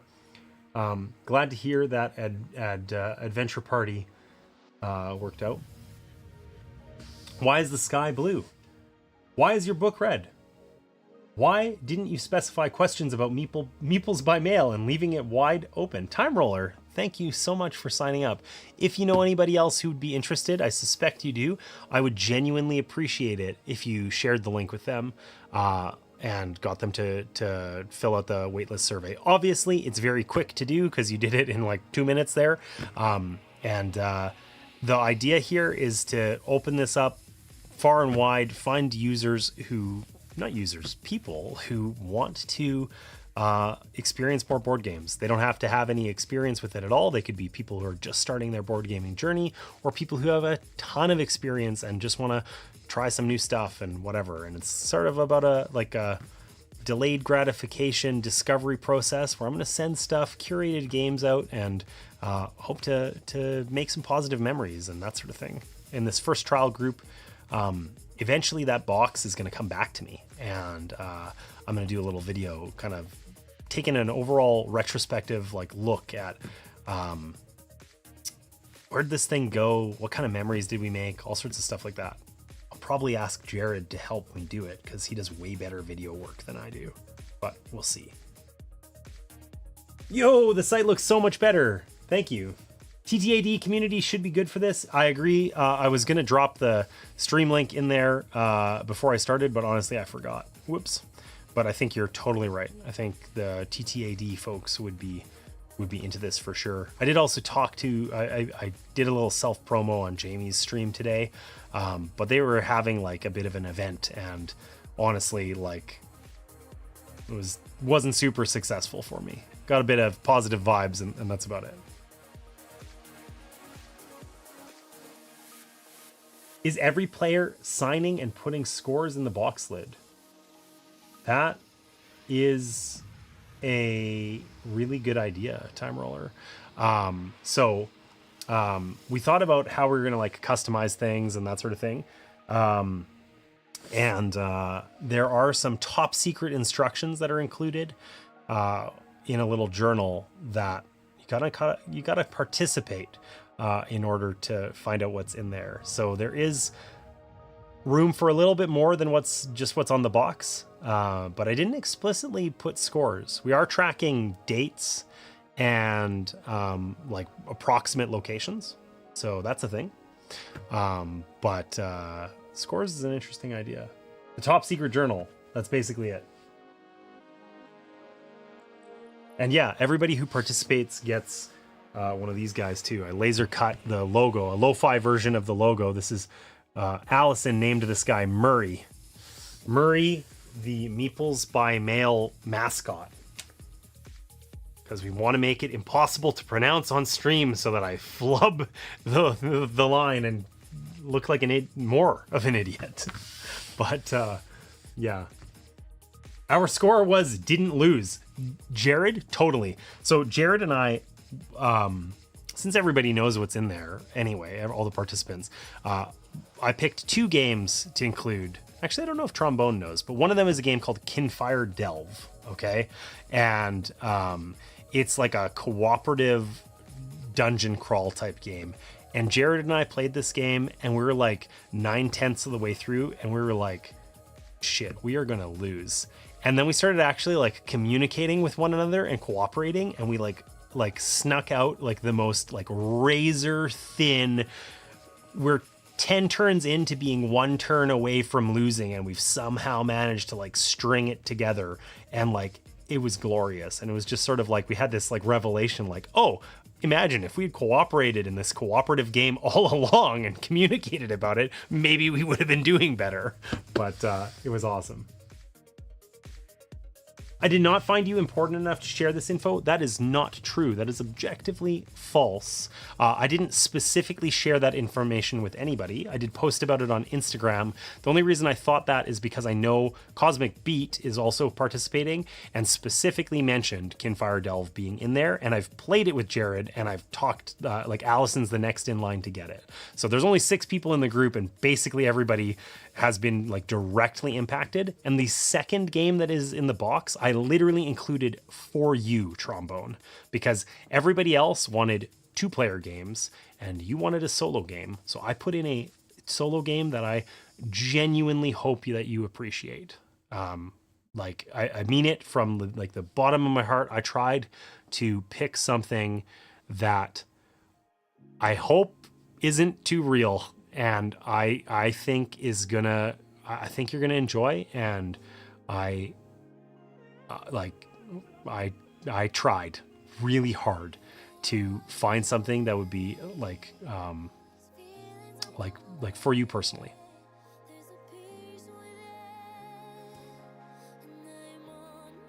Dude has yapped about it for 2 hours.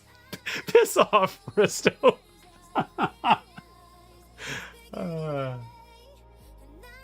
I just don't have people nearby to play with me. That's fair, Trombone. I get it. So like I was explaining this earlier, and I'm not going to get back into it, or I'm going to be here monologuing for another 2 fucking hours, and like nobody needs that.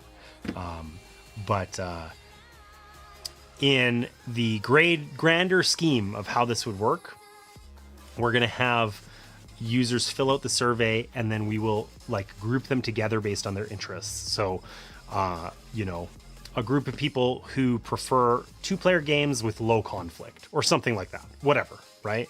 And in this particular case for the trial run, I just asked a bunch of you who I deemed like to be trustworthy, people who I consider my friends, who have supported me in the past with their if nothing else, their time and attention, which is extremely valuable. And I just reached out to a bunch of you and said, hey, would you be willing to participate?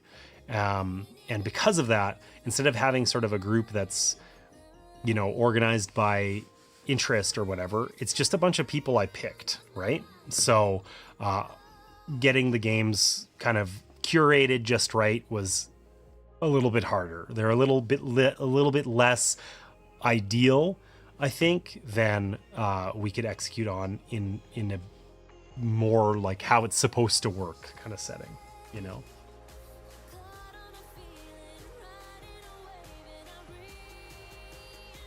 It's super cute and fun. Yeah, it is. I had fun. Maybe make an option where you can let know when seasonally available. I'm not sure I know what you mean, Time Roller. Could you clarify a little bit? Like you'd only participate at certain times of the year? Or like, what do you mean? I'm trustworthy. Yeah, I agree. I think you are trustworthy, Trombone. I chose people who like one of the biggest, everybody who I've talked to about this has said like, isn't somebody just going to sign up and rip you off? And I think that the answer is probably, yeah, somebody's going to do it. Right. So I tried really hard to pick people like, at least for the first trial run, I want this to be a success. I want to get back. I don't actually really care so much about the games. Like I want this to be successful and the games to make it back to me. Like, but mostly I really want the box to make it back to me as an artifact, a symbol of like this whole process, because like this is something I'm trying. It is my goal to help people connect through board games. Like, I mean, like life goal, like that I am leaving my job in September so that as of October, I can focus full time on helping people connect through board gaming. This is one like aspect of that. And whether it's successful or just one thing that didn't work out and I got to try other things, it means a lot to me to be putting this out there and giving it a whirl. And I deeply appreciate those of you who agreed to participate.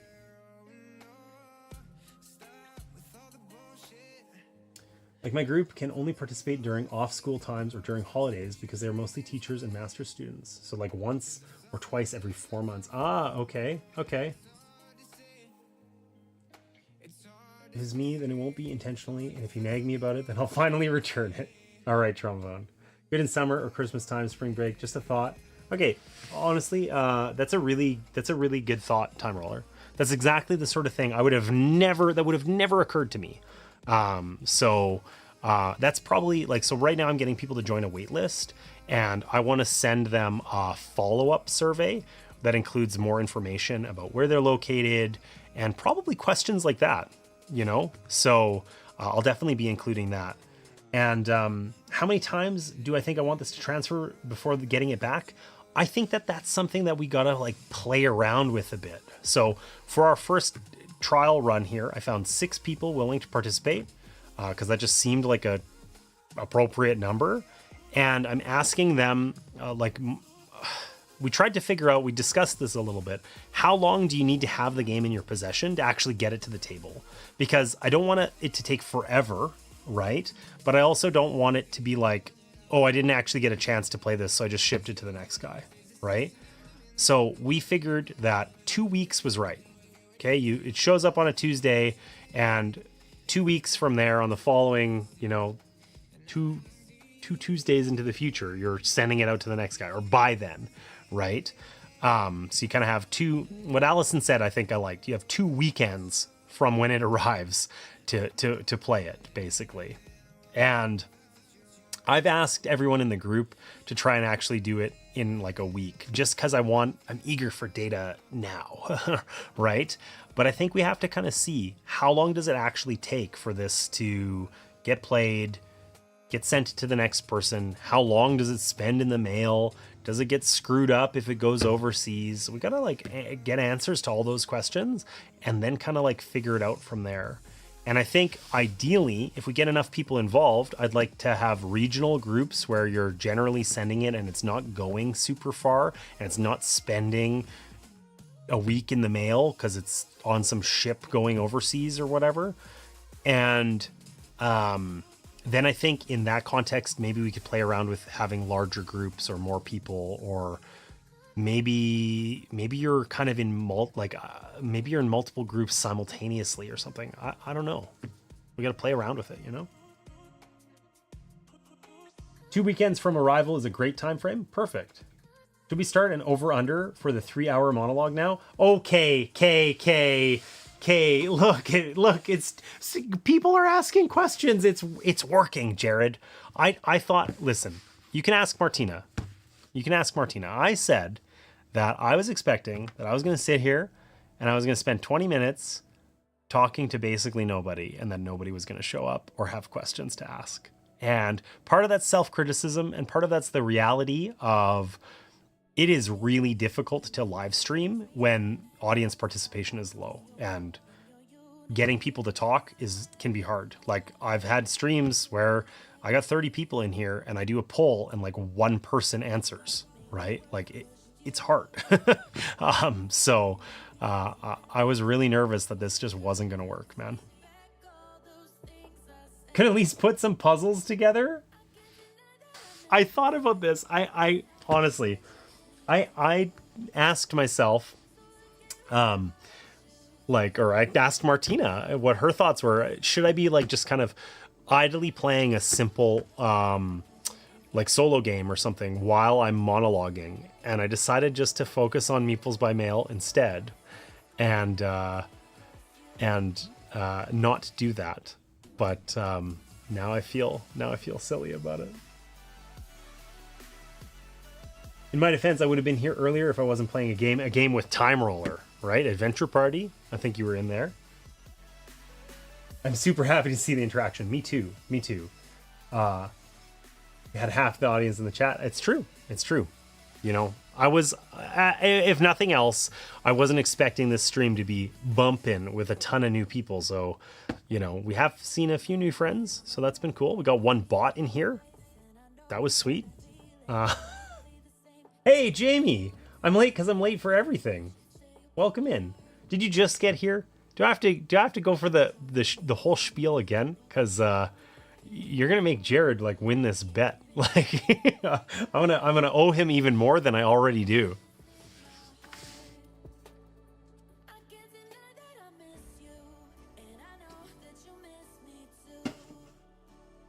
You did just get here. Okay, I'm gonna tell the very abbreviated version because I have talked with Rachel about this a little bit, but not with you. There was a compelling reason why I asked Rachel, but I don't remember what it was. I think it was because I was nervous that you were gonna like that. I think I was certain I could get Rachel to commit and make this happen, and I was nervous that you would be like unwilling to commit because there's a time commitment component, and I was trying to cheat the system, you know. But I'm now gonna take 3:45. Allison, get out. No way.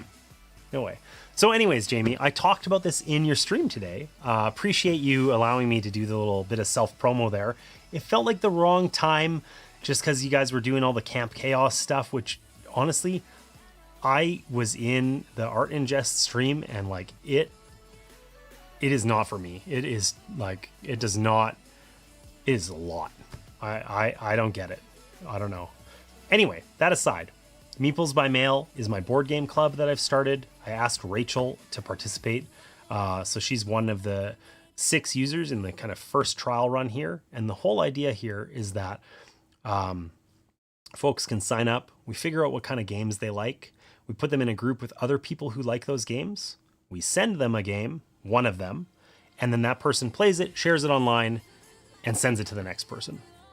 And eventually that game makes its way back to me, and I do a little bit of retrospective video about how that whole process went and the friends and memories we made along the way. That's the idea. Going for the long game. Bring on the trickle of new people. Because of TTAD connections? No. I mean, I hadn't even thought of that, honestly. I can't participate in this coming TTAD. I'm on vacation. Boo. But I'm always welcome to. I know that, but it felt like I asked specifically. If it had just been a normal stream, I think I would have just done it without asking. That feels really uncomfortable for me, but we've talked about it before, right? But for today, it was like different because there was a whole different crew in there, and I wanted to be careful. So, where do we stand on defacing the rulebooks? In what regard? Are rulebooks regularly defaced when you play games? Is that a thing? Like, I want to know. Defacing things is an important part of it. So, one of the things that I wanted to get out of this was like a story of this whole process, especially for this trial run. So I sent these games out in a plain white box, and asked everybody to customize them as they went, right? I don't know, what if I draw a butt on a character? Well, then that would be weird. I'm gonna cut out James' faces and paste them up on all the faces in the rule books. That's weird. Okay, let's not deface the rule book. Let's instead deface the box. So look, I sent out a plain white box with the games. I put my logo on it and MeeplesByMail #1. I went to Jared's place, played Kinfire Delve with him. It was great, by the way. We also played the other game that's in there, but I don't have a picture of that. And then he added his mark to the box.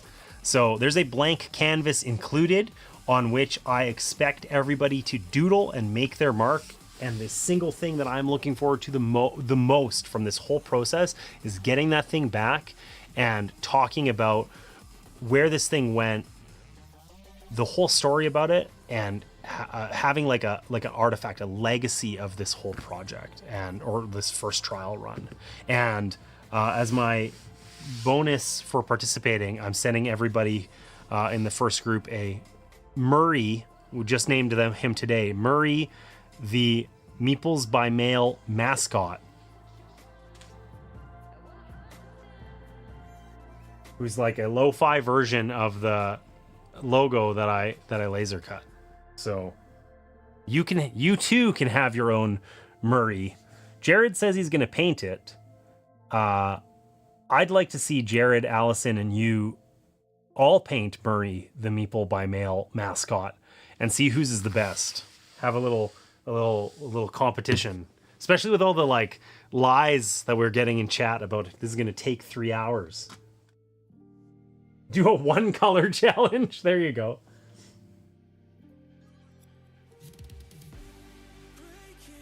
Oh, I'll do it. I like it. I don't think you understand how jealous I am that you and Jared get to hang out. Listen, Jared's great. I went to Jared's house on Monday. I hung out there for like 8 hours. We played games. We gossiped about miniature painters. We did all kinds of things. He helped me figure out my thoughts about MeeplesByMail. All kinds of shit. We are at 2:11. It's true. 4 more minutes and I win. Whoa, whoa, whoa, whoa, whoa, whoa, whoa. You picked 2:15? Oh, I could wrap up in like I could wrap up in 2 minutes or less. No, I can't. Even if I start wrapping up now, it's not going to take 2 minutes. Anyways, that's the whole thing, Jamie. So Rachel is in the top secret channel on the Discord. She has not filled out her survey yet, though, so you could ask her to. And basically, the reason I hosted this stream was to get a little bit of feedback. Got some of that so far. And to kindly ask that those of you who are interested sign up on the wait list. It's a short 2-minute survey that helps us figure out what kind of games you're into. And share it with anyone else that you think is interested in board games. The survey is specifically set up so that folks who do not have any board game experience could complete it, or people with a lot of experience could complete it, and everywhere in between. And that's one of the things that I want to kind of iterate on and map out, because I'm trying to help people learn about board games and connect with others through them. So I don't want to gatekeep that. And yeah, I want to help people find their first game or their 500th or whatever, anywhere in between. And from the ages of 8 to 80 or beyond, right? I don't think any kids are going to sign up. I'd really rather they didn't. But if there was people who are interested in children's games, I would send those out for sure. I have, I think 150 kids games or so. In all seriousness, God, I cannot read. This is a killer idea. I can't wait to see how it pans out and help however I can. Thank you. Appreciate that, Jamie. Since when could you wrap up in 2 minutes or less? There's a joke here. Never mind. If I can help by getting publishers on board or anything, let me know. Jamie, let's talk about that on the Discord, like offline. Or, well, I mean, I can just tell you right now. So here's my like big picture idea of this. Right now, we're doing a trial run with 6 users. My goal, I'm doing this as part of a program called Build Space. It's 6 weeks long. My goal is to have 50 users on the waitlist by the end of that 6-week period. It's basically the end of the month. I think I can do better than that, but that's my goal. Okay.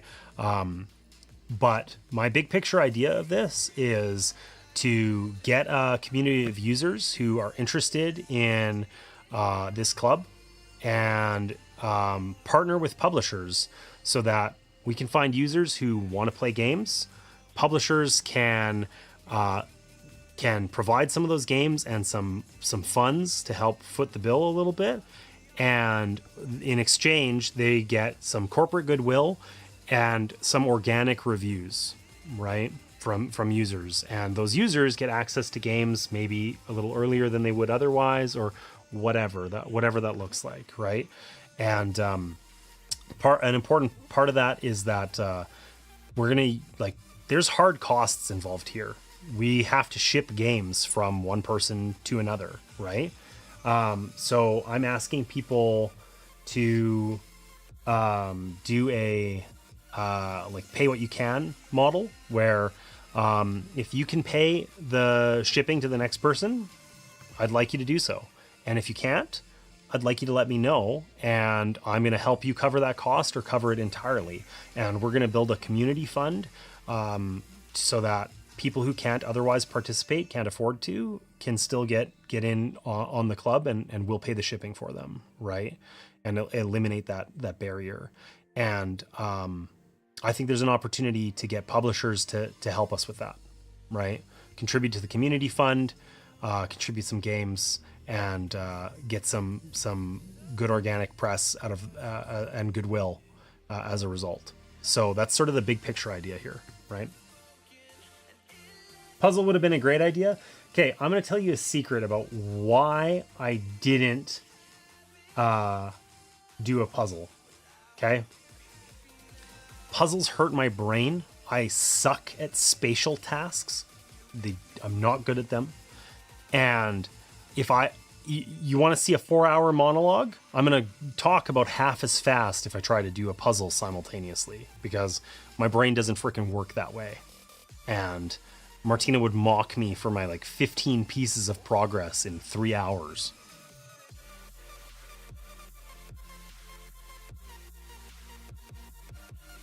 Because the puzzle stream would have been too short for his monologue. It's a good burn. I deserved that time roller.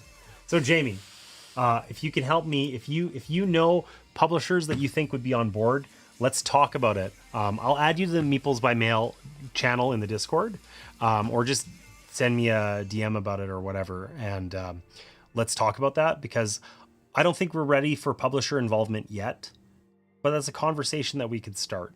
And we're really trying to kind of gauge interest at this point. And honestly, the single biggest thing you could do personally to help me is to just if there's talk about this on stream or in the Discord or whatever, if you could share the link with your audience and ask people to sign up, I would be forever in your debt, because I want to get more people on board.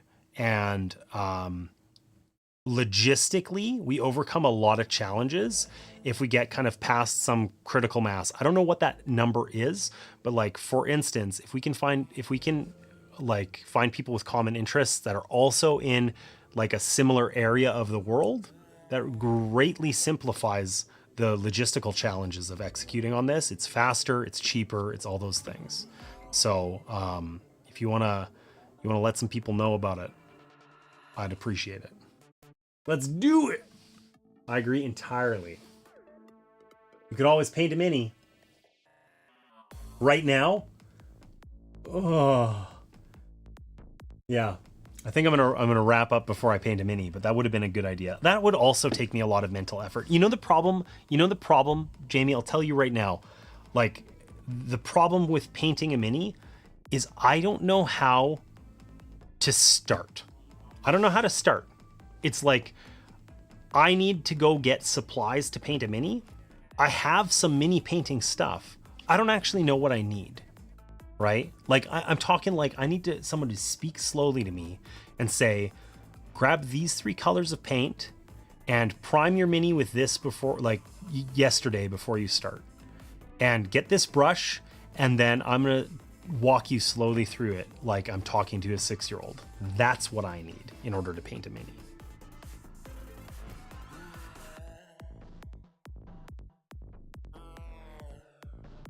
Like, speak 3-hour monologue slowly. Exactly. If you told me the 4-step process and it took you 3 hours to explain it, that's about the right speed for me. Okay. This is what we should do on a stream. Jared, you're on. Like, you can come here and you can teach me how to paint a mini. And like, yeah, I would do that. I wouldn't do that. I would say I would do that tomorrow, except I would need to clean up my embarrassing as shit space out here before you see it, because it is a fucking mess. But like, I'm taking you up on that offer.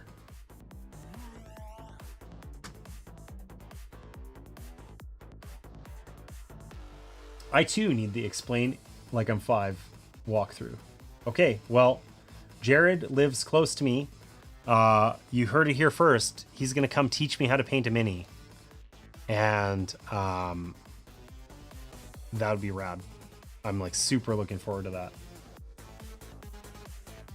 Jared, I have seen the utter chaos that is your studio, and you put up a, like, the behind the scenes is a lot messier than it is implied by your content, but your place is a glorious, like, clean room compared to what I've got hanging around me right now. So I'll tell you the problem. I've got this idea where I have a collection of 1,000 board games. And when I get new board games, every game I add to my collection, one comes in, one goes out. That's the way it's supposed to work. Except the going out part doesn't work. So I'm surrounded, I have too many fucking games and not enough space. I'm like wall to wall. If some people steal games from me, they're probably doing me a favor. Okay, I need space, man. I have a shelf over there just off stream. I mean, my studio is a garage with 11-foot ceilings. I have a 4-foot wide shelf that is 9 feet tall, but there are games stacked on it to the ceiling. That is A and B only. I think there's a little bit of C on there. I have them alphabetized out here. I got a lot of games, man. Excuses, excuses, excuses. I've never painted a mini, and I'm intimidated by the concept of it. Exactly. I just have literal piles of minis on my desk. No space, tiny office. I have a big space, but I'm so disorganized that it's just a shithole. I have extreme shame about it. Just send me a box of games to keep. Maybe trombone. If only there were ways to get rid of games, marketplace kind of things. Honestly, Jared, my list of one of my things that I like on my to-do list that keeps getting bumped down the list is list games on Kijiji. I hate Facebook Marketplace.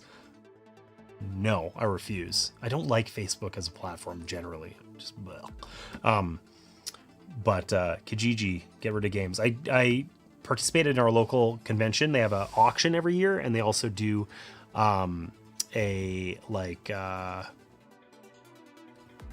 flea market kind of thing.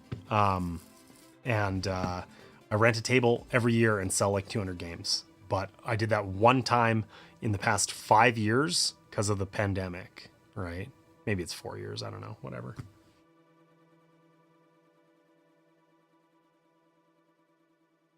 I think James enjoys just chatting.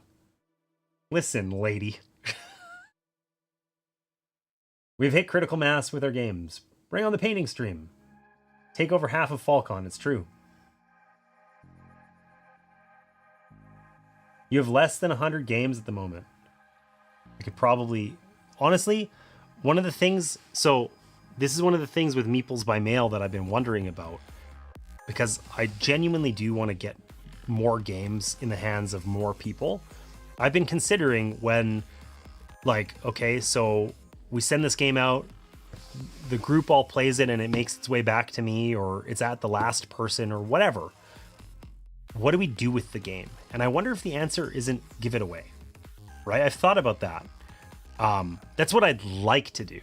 I don't feel like super good about doing that with like all of the games in my collection necessarily, but I mean, obviously I'm not giving away my whole collection, but like I am using my own personal games and funds for this project right now. I eventually imagine that at some point there's publisher support, but publisher support is probably not this whole thing in its entirety, right? So anyway, yeah, that's one of the things that I've thought about a lot. And if I'm honest, like it feels like the right thing to do, but I've hesitated to commit to saying it because I don't know if it I don't know logistically, like for instance, with publishers, would that work? Would that be something that they'd be willing to do? I don't feel like that'd be a bridge too far. Oh, wow, we'll loan you these games for a year, but you can't give them away. I can't imagine that's a thing.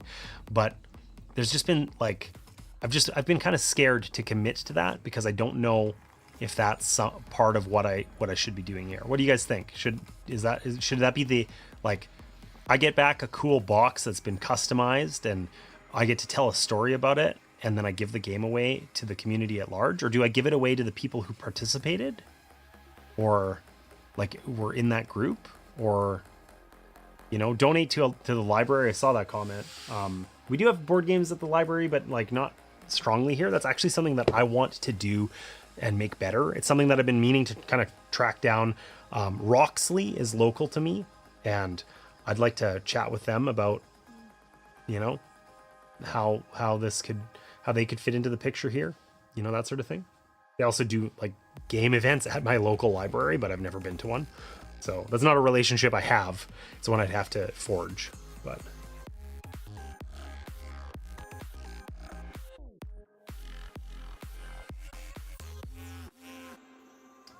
Rachel really wants Artisans of Splendid Vale, but it's ridiculously expensive everywhere. Listen, I have that sitting out in my other garage, which makes it sound like I have a mansion. I have a very small house that inexplicably has two garages, one of which is my studio. Artisans of the Splendid Vale, like, I have games fucking everywhere.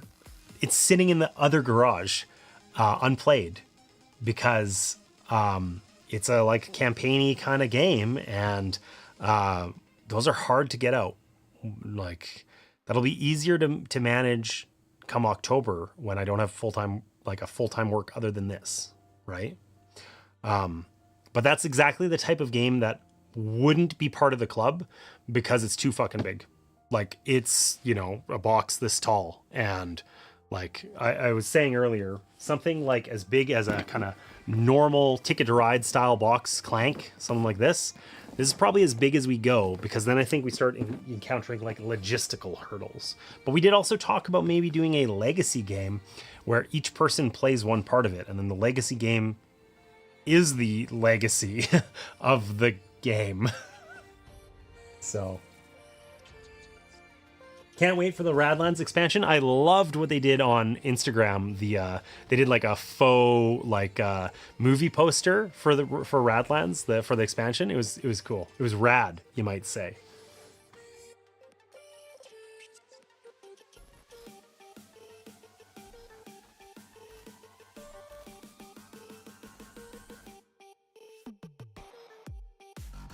Nothing against you. I'm heading to bed. I have work in the morning at a local shop that's super chill. All right. There is a ad running. I will be right back. I'll be right back. Stay tuned.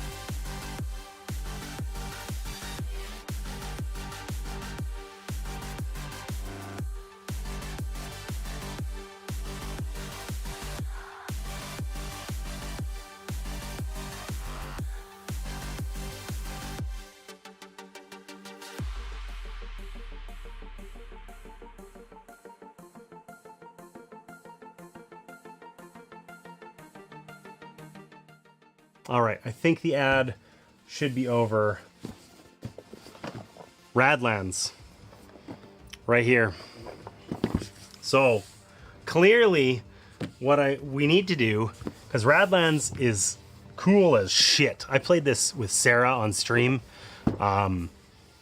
That's on, you can watch the VOD on YouTube if you're interested. It was one of our first games that we played. And anyways, I loved it. Clearly what we need to do is get Jared to come beat me at Radlands and then teach me how to paint a mini. Surely. Right? Yeah, we need to play this. I agree entirely. This would be a game that would be a great one to send for MeeplesByMail. It's a little heavy because it has like some poker chips and stuff like that in it. But it's like very accessible. Like it's like kind of rules light and replayable and got a cool vibe. That's a game I'd love to send out, you know? Also, see a trombone. I said goodbye, but I think you were probably in an ad. The real question of wealth: is your couch against a wall or in the middle of the room? Our couch is against a wall and is covered in duct tape.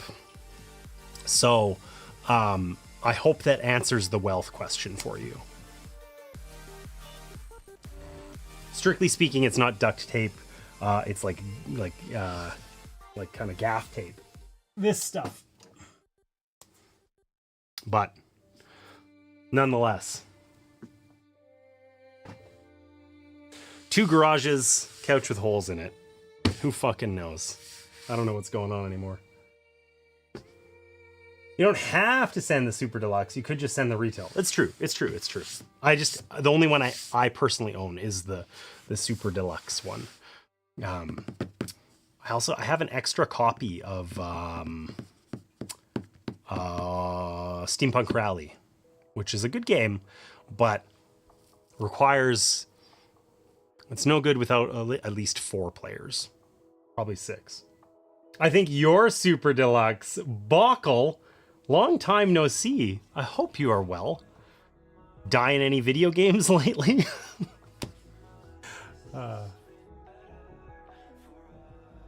Well, you own both because retail sits in the middle. Okay, I guess if I was taking it out of the box and sending it to people in a customized box, then yes.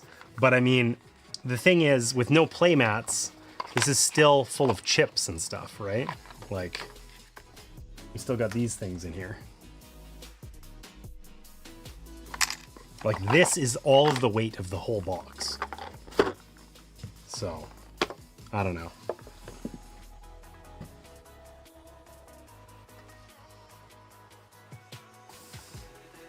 Plead the 5th.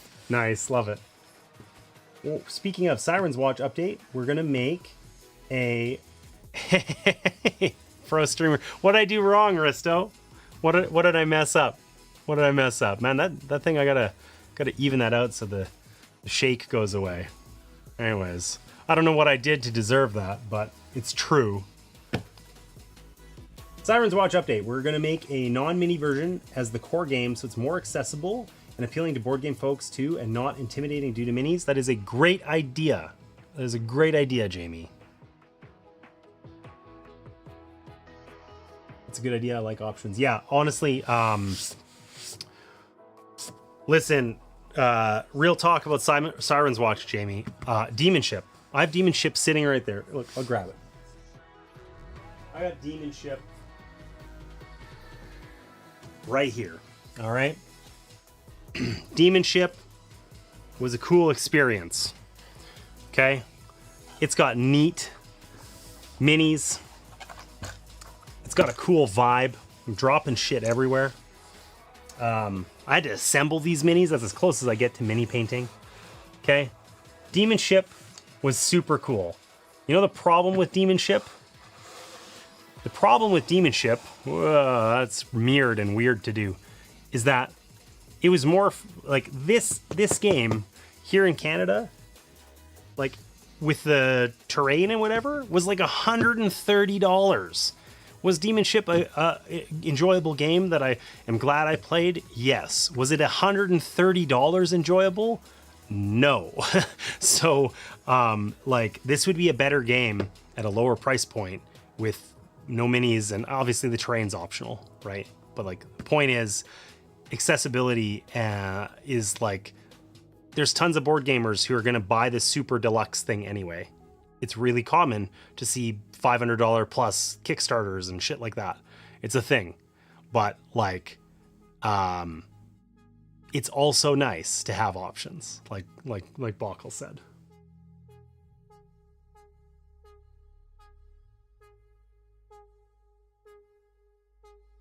Just tried playing Dungeon Cart by myself to learn the rules. I don't know what Dungeon Cart is.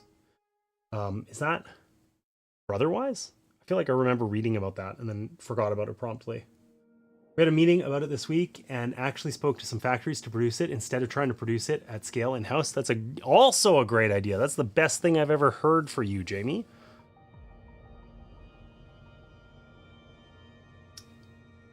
That was the game I played last time you were here. You haven't been here since Demonship? Shit, that's a long time, Bockel. That's a long time. Describe this in freedom money units. I don't even know anymore. The exchange rate sucks. I think you're actually going to kickstart it. That's cool. Nice. Mario Kart, the board game from Brotherwise. It is Brotherwise. Okay, cool. You have a job. I didn't know you had a job. I thought your job was harassing streamers and dying in video games. In more and more, like, arcane, weird ways. I took 335, went for the long game. Listen. I'm trying here. So, Bockel, what you missed is I made an announcement about Board Game Club, MeeplesByMail, where anybody can sign up, tell us what kind of games they like, and we'll send them a game. Okay. Bonko. Well, would you look at that? Jamie, did you do this? Was this you? Bet you it was.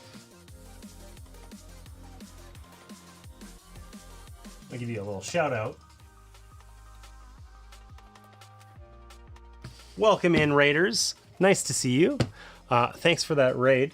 What kind of craziness was going on the Bonko stream? I bet you every time I have been in there, it has been like wild. So I bet you there was all kinds of stuff. So I'd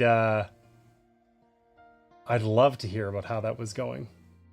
Maybe in some cosmic way, sure, but not this time. Well, I'm surprised. All right, well, Raiders, welcome in. I'm James, Opcost Games, and I help people find board games they love so they can connect with people they care about. And normally, I'd be playing a game here, something like this guy.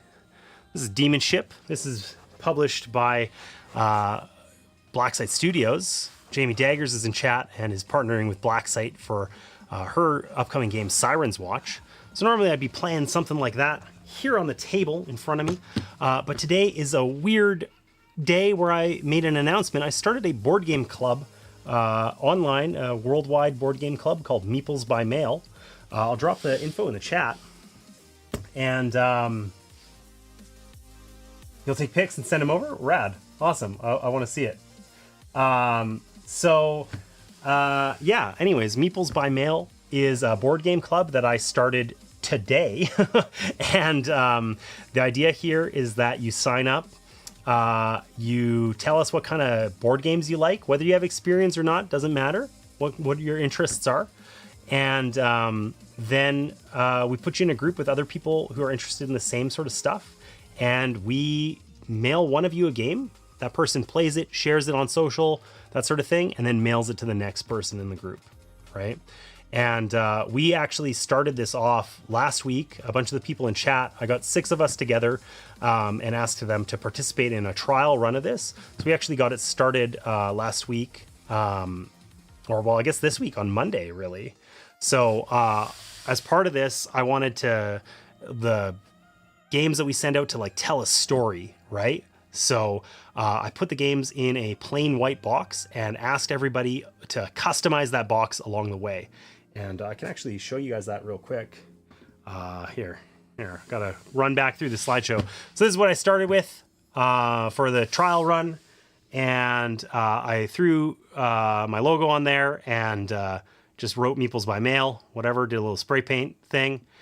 Went over to Jared Caffeinated Miniatures, played the games, and then he customized it like this and made it actually not look shitty. And then this is now in the mail on its way to Allison Silverhair, who's also participating, right? So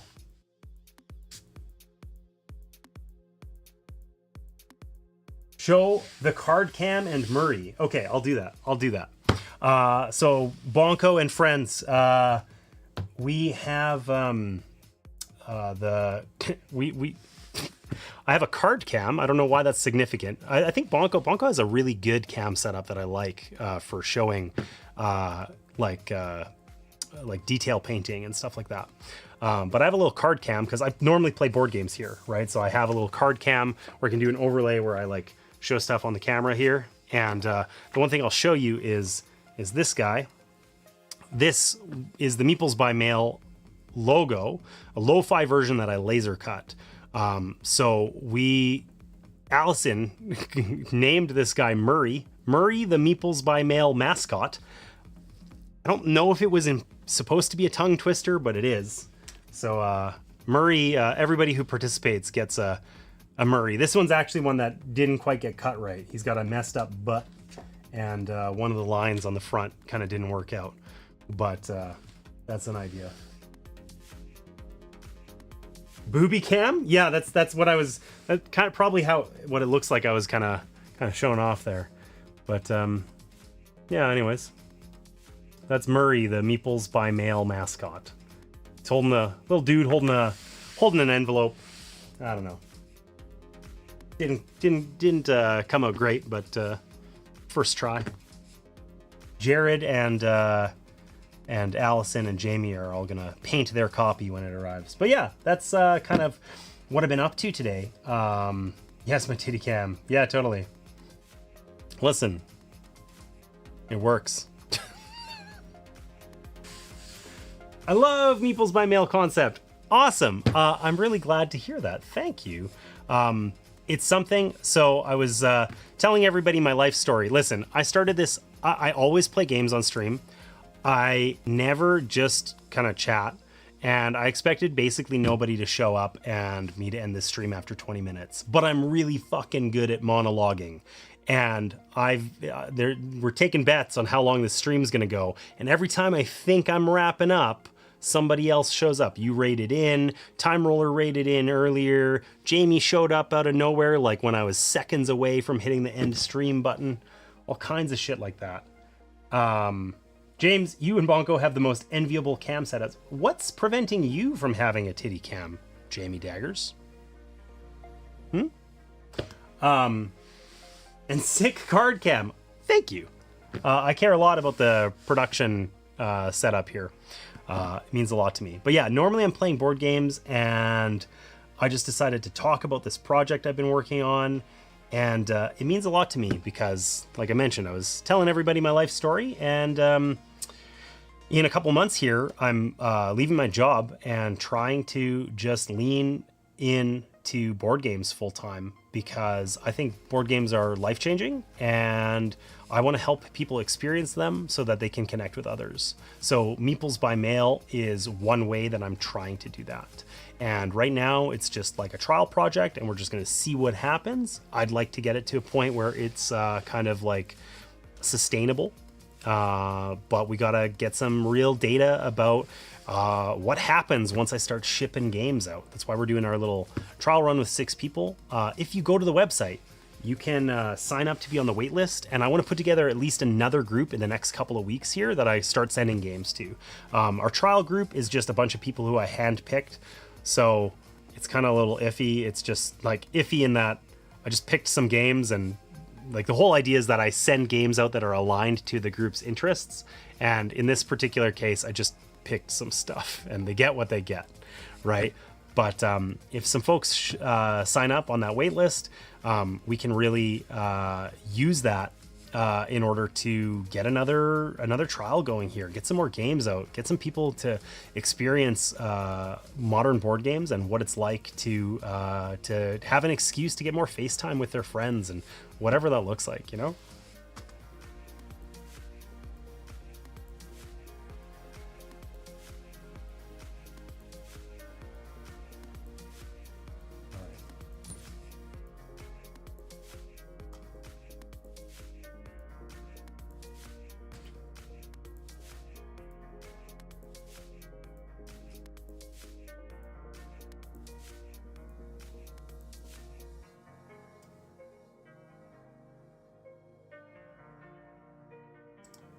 We're doing a thing off stream there real quick. So yeah, anyways, I was doing like a little Q&A session on MeeplesByMail.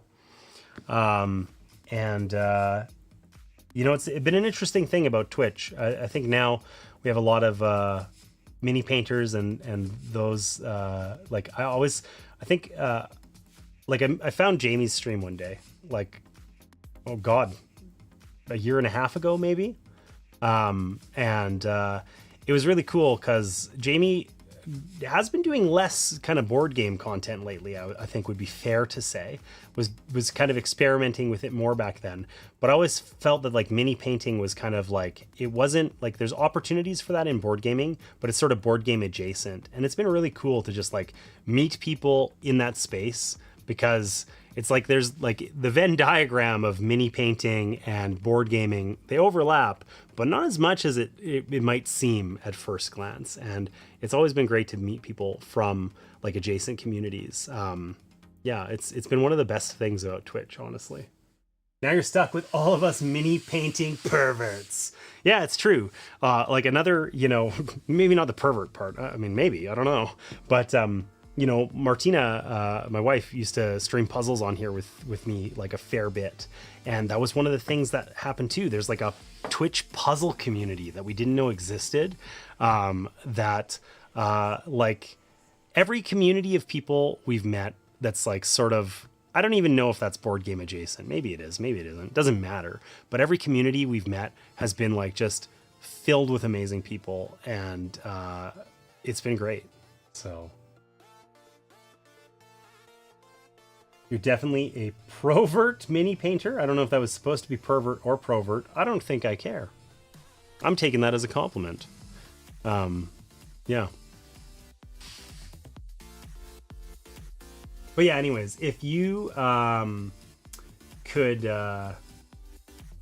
if those of you who rated in, I would consider it a personal favor. If you're at all interested in board games, hit up the website. Join the waitlist. It's like a 2-minute survey to join. And also like hit me up on Twitch here, or join my Discord or whatever, and tell me what you think, or tell me it's the stupidest idea ever, whatever. I really want this to be successful, and I'm gonna just like kind of try whatever I can to make that happen. And I'm open to ideas and suggestions and all that sort of stuff, because I really do want to find a way to make this work. And overall, that's just supporting my goal of helping people to connect. That's what I'm trying to do, and through board gaming. And yeah, like one important part of that is we're starting a community fund. So for now, we're gonna have MeeplesByMail be like a pay what you can kind of model. If you can pay shipping to the next person, I'm going to ask you to do it. And if you can't, I'm going to pay it for you. And we're going to find a way to like add to that fund through the community, and like just kind of make it work. Right. And yeah, that's like super important to me, because I think of board games. I think mini painting is kind of the same thing. You know, like you think of Games Workshop stuff. I know obviously there's a lot to minis, and Games Workshop is, you know, the big guy we don't want to talk about. Everyone loves to hate GW, right? But like, just like, minis are fucking expensive, and so are board games, and that like gatekeeps that from a lot of people. So I want to find ways to like help people who otherwise wouldn't be able to experience this. And I think we can kind of crowdfund that a little bit and like find a way to do that and get some publisher support and, you know, all kinds of stuff like that. I think there's real potential here, and I want to explore that aggressively and see what happens, right? So Do I need to sign up since Rachel did?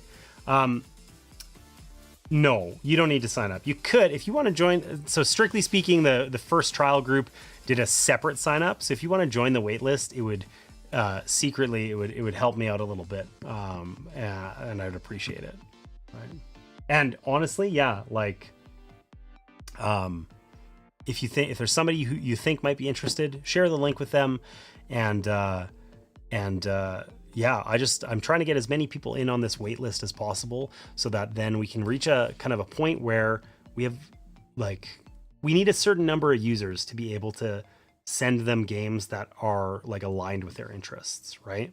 So I'm hoping we can get there. So I'd genuinely appreciate the support. And Jamie, thank you. I like this one.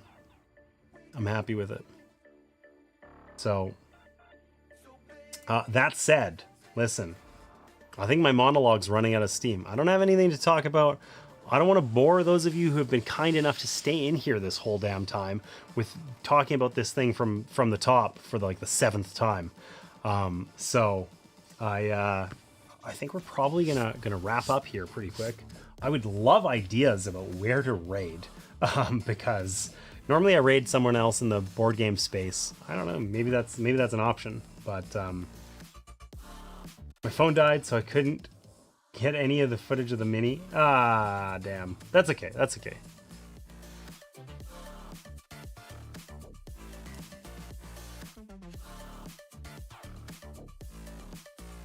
But yeah, I'm gonna find a place to raid.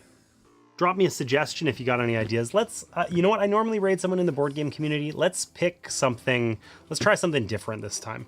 I'm not going to jump into the board game community like some other stream and do a bunch of self promo about this anyway. So let's throw out some ideas about some rando spot we can raid, and we'll give it a whirl.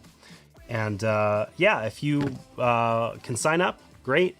If you're just interested to know more about board games, I'd love a follow, and I'd be happy to earn that and kind of share board games with you guys. It's what I love to do. I like to do that physically here on the tabletop. I regret not playing a solo game while I was doing all this goddamn monologuing, but we'll definitely be signing up. Fuck yeah. Thank you. Appreciate that.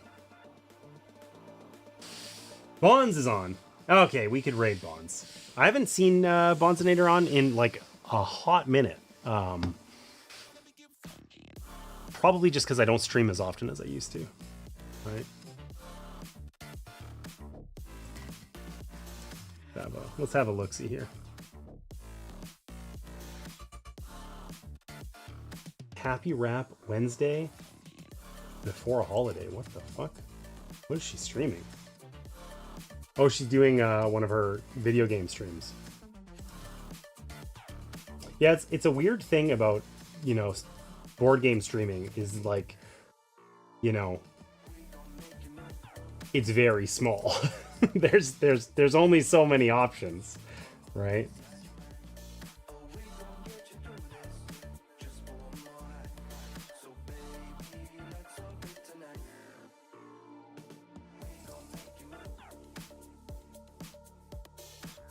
Gail Larson paints Warhammer and does mental health painting stuff too. Let's do that. I want to try something new. James, what's that about? Were you calling out the Kale Larson thing, or was this for something else, Allison? I want to try that because I want to just like do something new.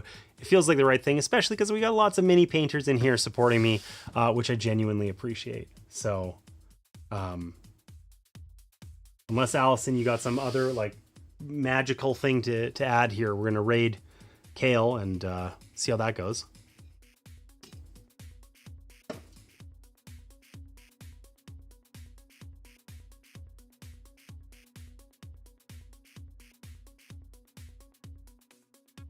Kaylee? I did not know that was Kaylee. Okay, well.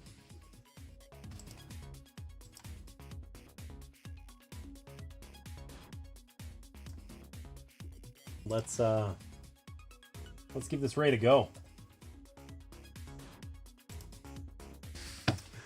So I'm gonna start this raid up, and yeah, I just want to reiterate a genuine thank you for joining me for this cursed just talking whatever the fuck this was stream.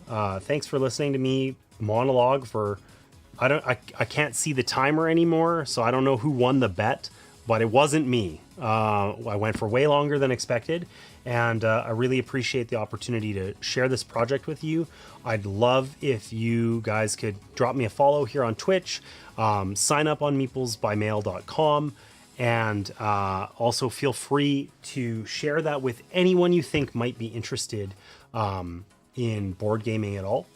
And I genuinely appreciate you guys being here and supporting me today. Love that. Love that. All the feedback I've been getting about this has been really positive, and it feels real good. So let's raid into Kaylee here, and thanks so much. Also, it's so nice to see adjacent communities coming together. So Bonko, thanks for that raid. Time Roller, you as well. But yeah, this has been great. This went way better than I expected, and I'm really fucking happy about that. So thank you guys, and we'll see you next time.